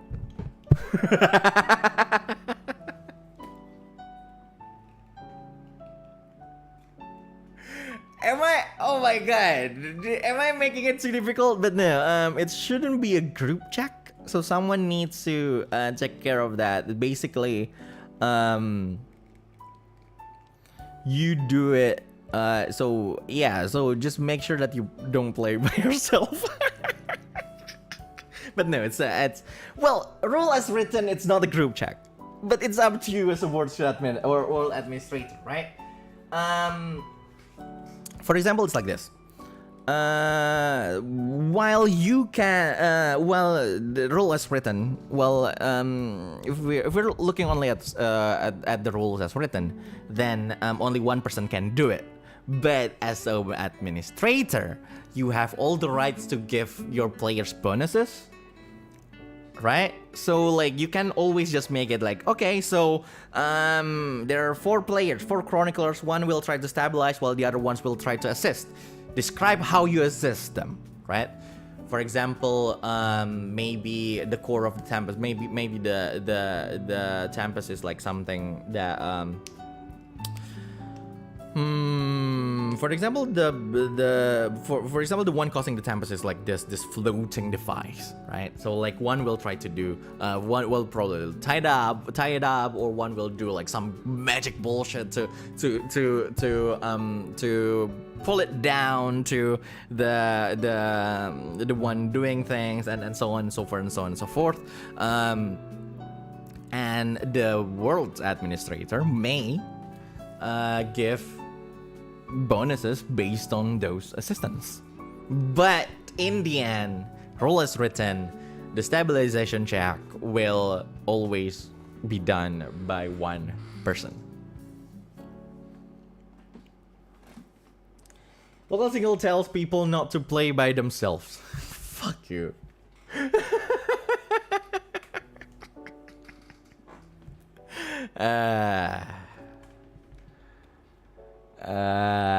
But yeah, so there's that. It again is a little bit of an unforgiving system, I guess. And so after all of that, you managed to finish. You managed to investigate around like all the smaller tempests, the minor tempests, the smaller ones. You will be able to slowly gain more informations about the mastermind itself and the core tempest itself, and will slowly gain the information necessary to enable you to do a stabilization check on the core tempest. Usually stabilizing the core tempest is the resolution of a mission story. The resolution is like the climax is finding out the core tempest and everything. But some stuff, but in some story it can also be the start of the climax instead. It's like, imagine like, oh yeah, we destroyed this core tempest, and then we reveal that the mastermind is a timeless parse, and the climax will be like, let them fight, and then you will fight each other, something like that. You know, if you want that combat bullshit thing, but it's, again, this game is not combat heavy at all. Or other stuff, right? Like, you know, it can be like that. So so the stabilization of the core tempest can be the start of a climax of a story, or it can be the resolution of the story itself. And then the end is conclusion. The mission is over. You describe everything. You narrate everything. The conclusion of the thing. And if there's a chronicler with 0 or less SP,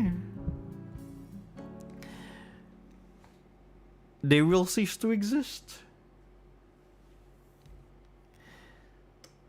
So in the end, make the sacrifice something really cool, basically. If someone decided to sacrifice their existence to handle a tempest, make it cool.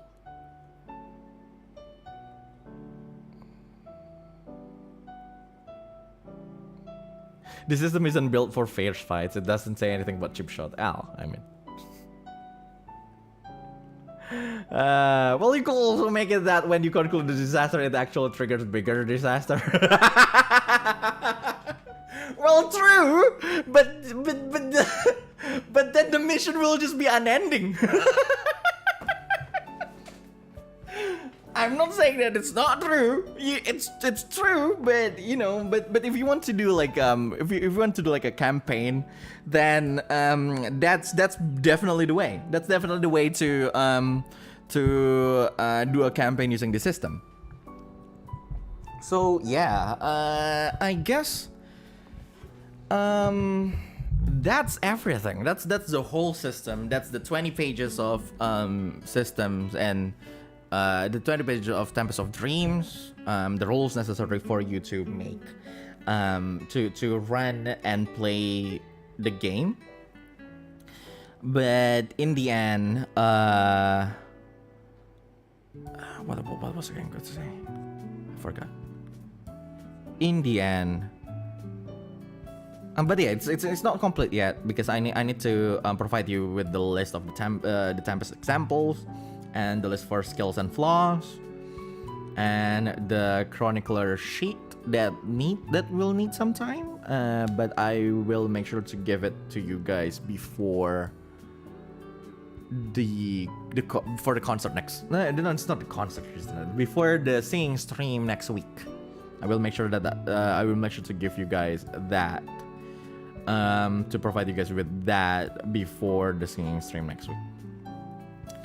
And so let's talk about different options that I will not write in the rules, but you can always use this treat this as like suggestions or as optional rules or optional things to include in your game. First of all, the special abilities. So special abilities was a section for the Dreamcatcher was going to be written in, but I didn't have time to contemplate to what is it?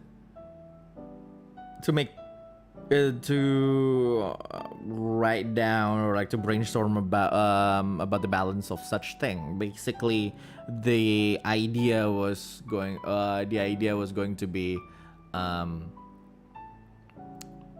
reduce certain basic abilities to gain this special ability that is extremely powerful. Something like that. So the idea was like, if you're going to give someone a special ability, then a huge penalty should be given. Just to make it balanced a little bit, or like some or basically the idea of giving a character special abilities is about min-maxing some more. You know, like actually giving them specialties and specialized things.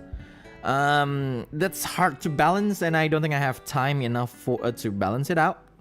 So that's something that you may consider to write down or to flesh out as homebrew stuff, or like house rolling stuff. That's one. The second one is the announcement. So so basically the idea of like the announcement is like so the announcement will be a way to give someone a special ability. Give someone a special ability, but checking out everything that have something to do with synchronization point, because in concept, someone who doesn't have a home world doesn't need to synchronize with anything. So like they will lose they will lose access to synchronize to continuity synchronization, to cognitive desynchronization, and the second method to stabilize something, right? So basically, what the announcement will do, what the character who denounced their home world will create in a story is this totally different path of investigating everything.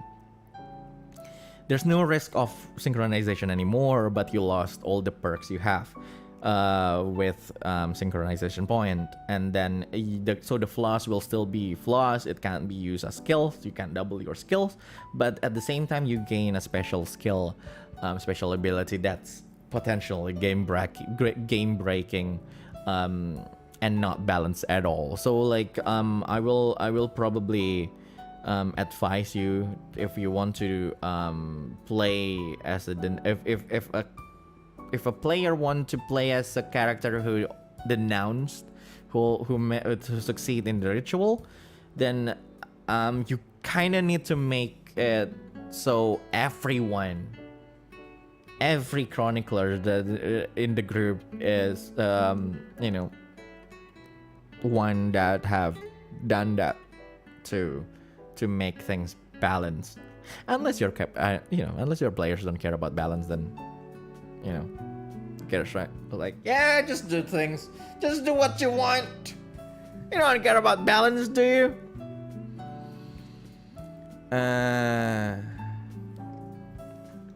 So that's the announcement. The other one is the thing, and I think the last one is is character advancement.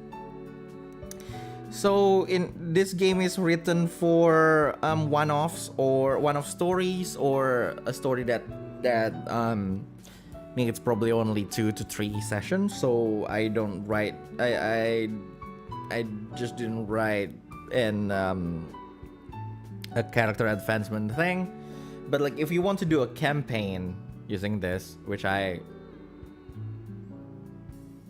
definitely advise against it, because why would you use this really basic system for a campaign? The system that's not balanced at all for a campaign. I don't know why you want to do that. But if you do want to do that, then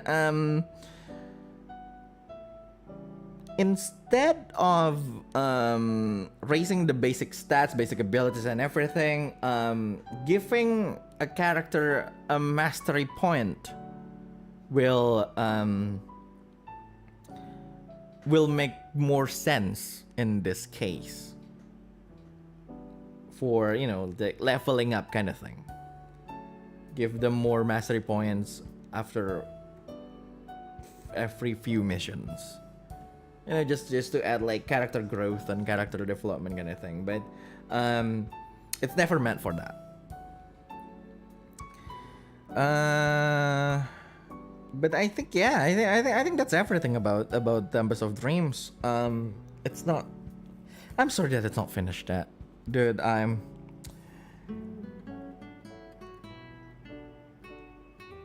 I thought I will be able to write more things like during work or like in between works and everything, but oh god, my job lately is just stupid. I don't know, man. I certainly hope that they're not this bad so close to the graduation, but unfortunately they are. But I already make sure that I can do a graduation stream.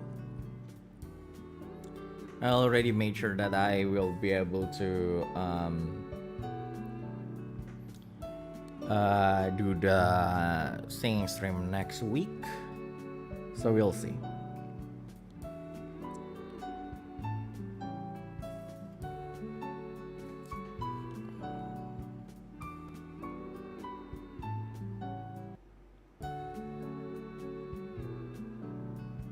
So, if there's no more questions, if you have any other questions about the system, please ask me on Marshmallow. You can ask me through Marshmallow or on streams. Nah, don't do it on stream. It will be out of context. So, just ask me through Maro. I will try my best to answer them. And you have 2 weeks to gather the questions that you want to ask. Again, this is just me. If you read the end note, I didn't expect. I don't expect anyone to actually use the system. let's just say that it's an exercise. Let's just say it's an exercise. I just want to try. Because this stuff, this kind of like these ideas of like how things work, translated to a game system is always in my mind. But I always procrastinate and and just put like the idea in the back of my mind. So like it's I just want to finish this to at least so I can move on from it, basically. It's not. So yeah, I wouldn't expect anyone to even try doing it because. Even try using it because me, I don't exactly playtest things anyway.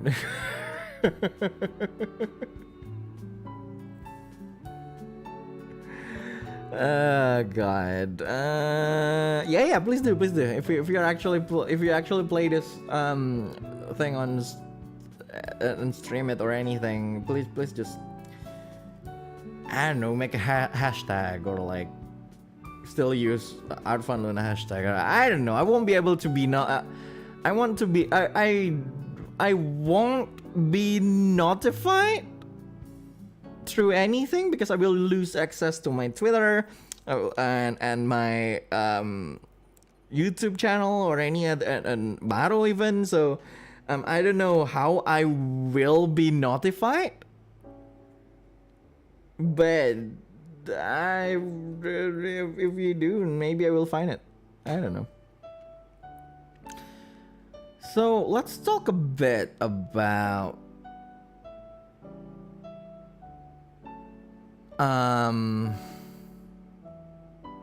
because we need to talk about it. Let's talk a bit about graduation. I changed the music just to notify the change of not the tone but change of topic. So graduation, there's technically another project that I'm trying to finish right now. It is basically the conclusion of a certain thing that's been going on for a while. I'm sure it has things to do with narration and stuff. You guys understand what that is. But I don't know. I don't know if I will be able to finish it. So we'll see. About it.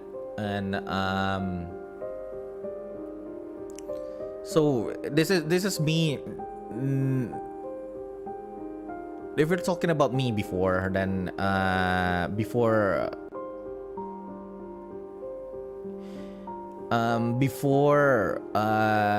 revealing this usually means I will try my best to chase this deadline, but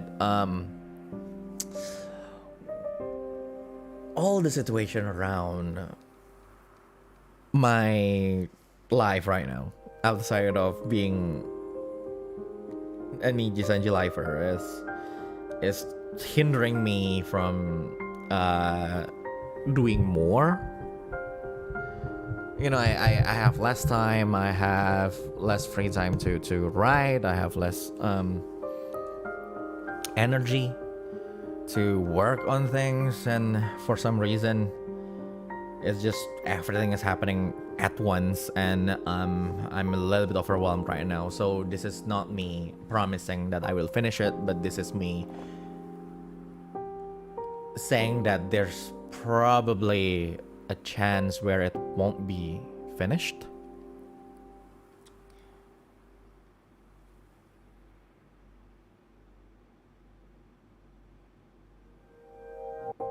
But if I ever finish it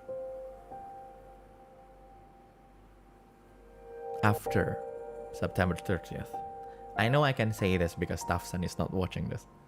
If I ever finish it after September 30th,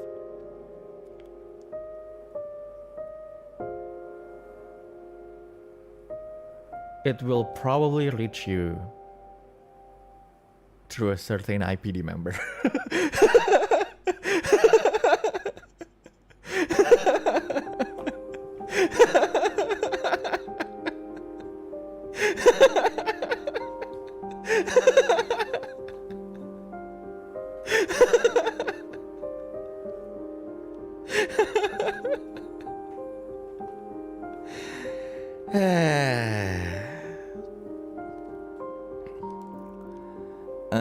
So we'll see. We'll see. I will do my best.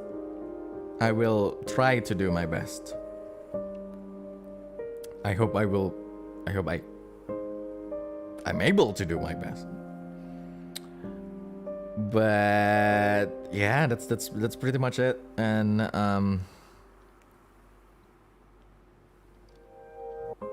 but let's talk about schedule for September 30th.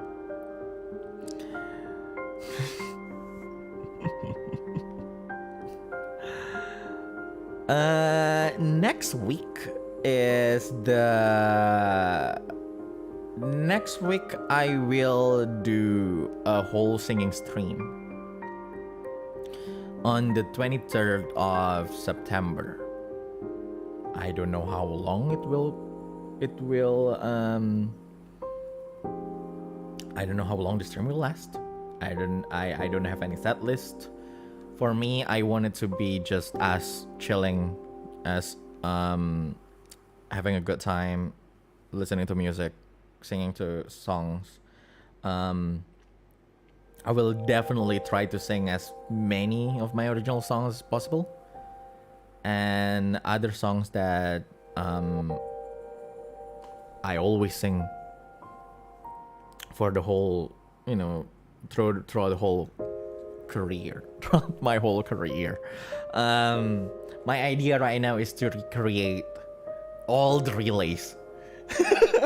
So the set list will be, first of all the relays I have done,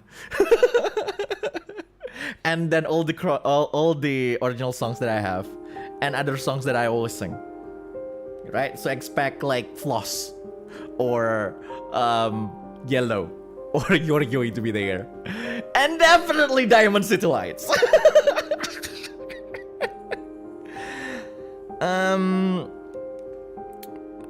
It will be done on Saturday, September 23rd at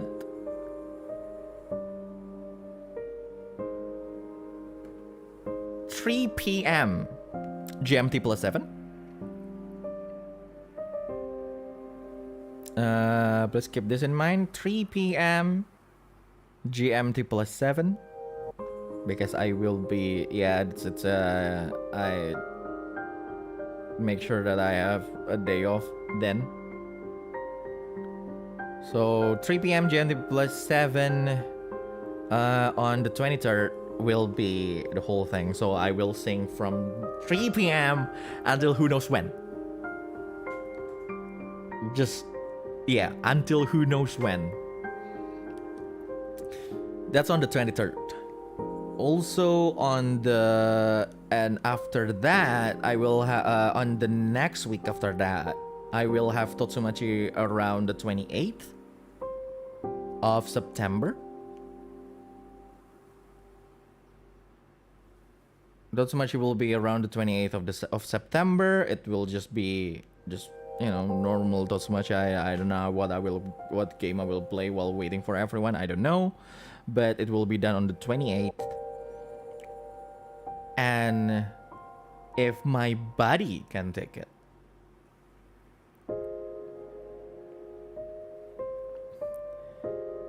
the graduation stream will start around the 29th until the 30th. I think I really want to do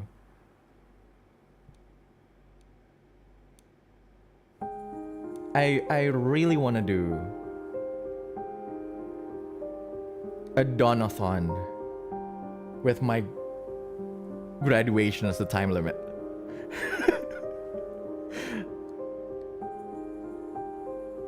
That's a bucket list. That's part of my bucket list. I want to do a donathon as a streamer. So I will probably do a donathon from the 29th. 29th afternoon probably. Maybe 2 or 3 p.m. We'll spend the day as long as you guys want with my graduation of the time limit. So the time limit is basically the end of the 30th. Around 11 p.m. I believe. Around 11 p.m. GMT plus 7. So yeah. You know, if it's not a donathon, I will probably like the standard will be like around, I don't know, like a few hours of just reading the Hotsukarya hashtag and probably just opening Totsu sometimes, but I wanted to just be like me and the Tanfanunas mostly.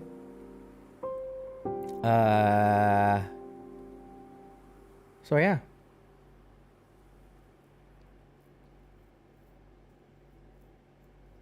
Donasi tujuan buat apa? Nothing. It's just, you know, donate if you want to extend it. For me. Nah. I don't know. Maybe not the donathon. I want to do like a, because like it's the end of my career, so donathon won't make sense. That's the thing. But I want to do something similar. So I don't know what will extend the timer if it's not donation. So I'll find something else, but it definitely can't be a donathon. It's like, that's just, you know, if you want to donate at the end of my career, then it's fine. But I don't want to, you know, guilt trip you into doing it using a donathon.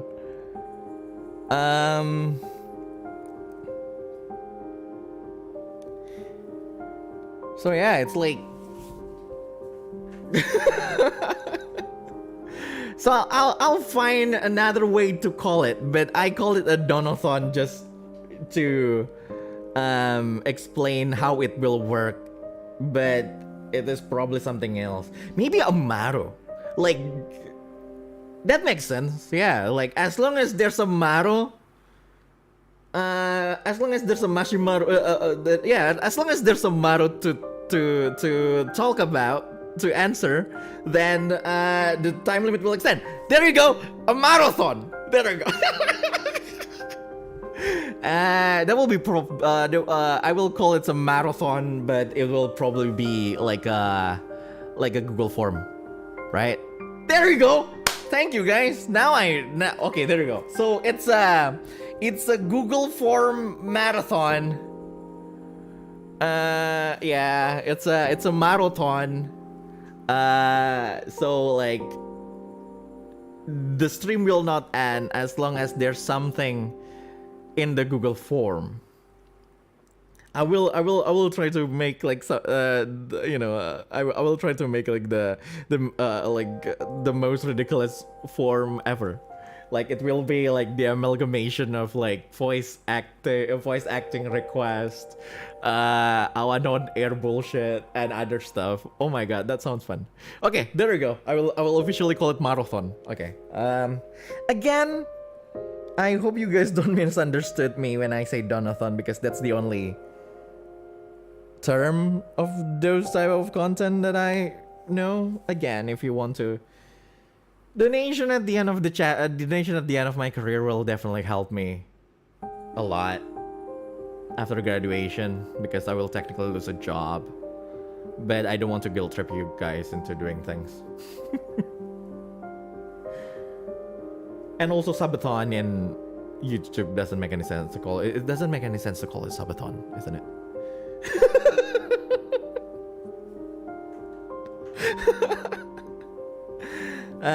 But yeah, well, we solve it together. It's a marathon. That's a genius idea. But it's just one last chill with everyone, with you guys. And I have my I have 29th and 30th cleared out accidentally. So I actually had a plan for the 29th of September, and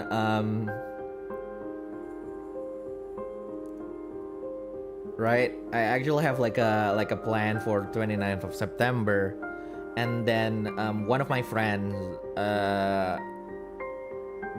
canceled, and then we kind of need to reschedule to another day. So I was like, well, so I have 2 days off that I can do for a lot of things, that I can use for a lot of things. So why not just do a donathon thing for the 24 hours term? I was like, yeah, sure, of course, why not? So yeah, there you go.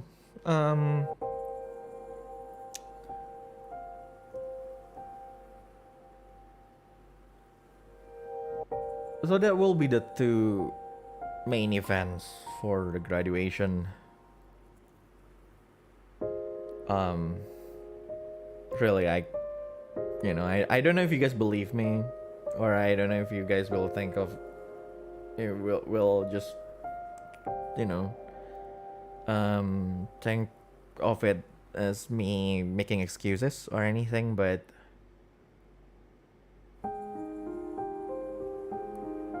I'm really sorry that I do not have that much time these days to stream. I promised you guys that I will stream more during September.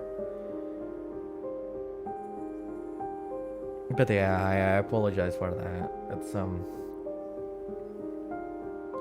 hell, my live 2D is not even moving. That's the problem right now too. That's God.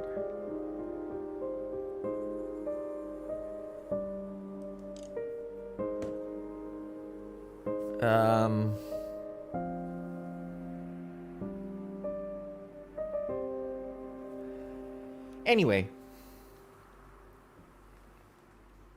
members,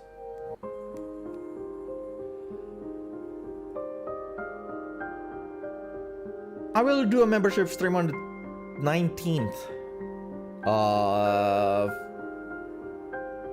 next week.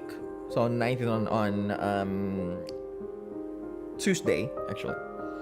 I will do a membership on Tuesday.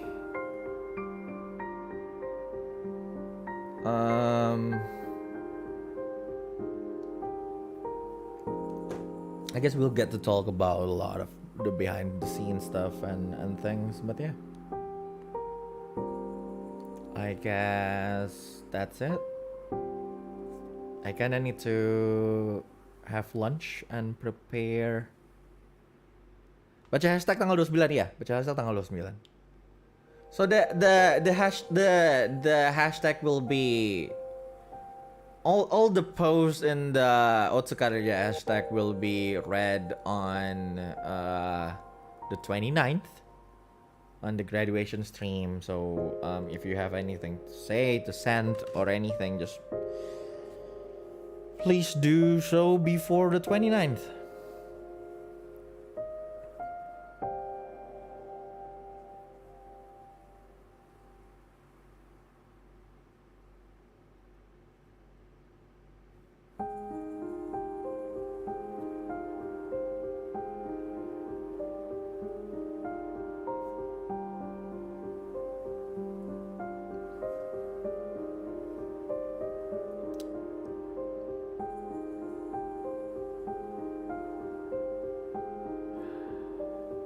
So, I need to have lunch and prepare to go to work. So this will be the end of the stream.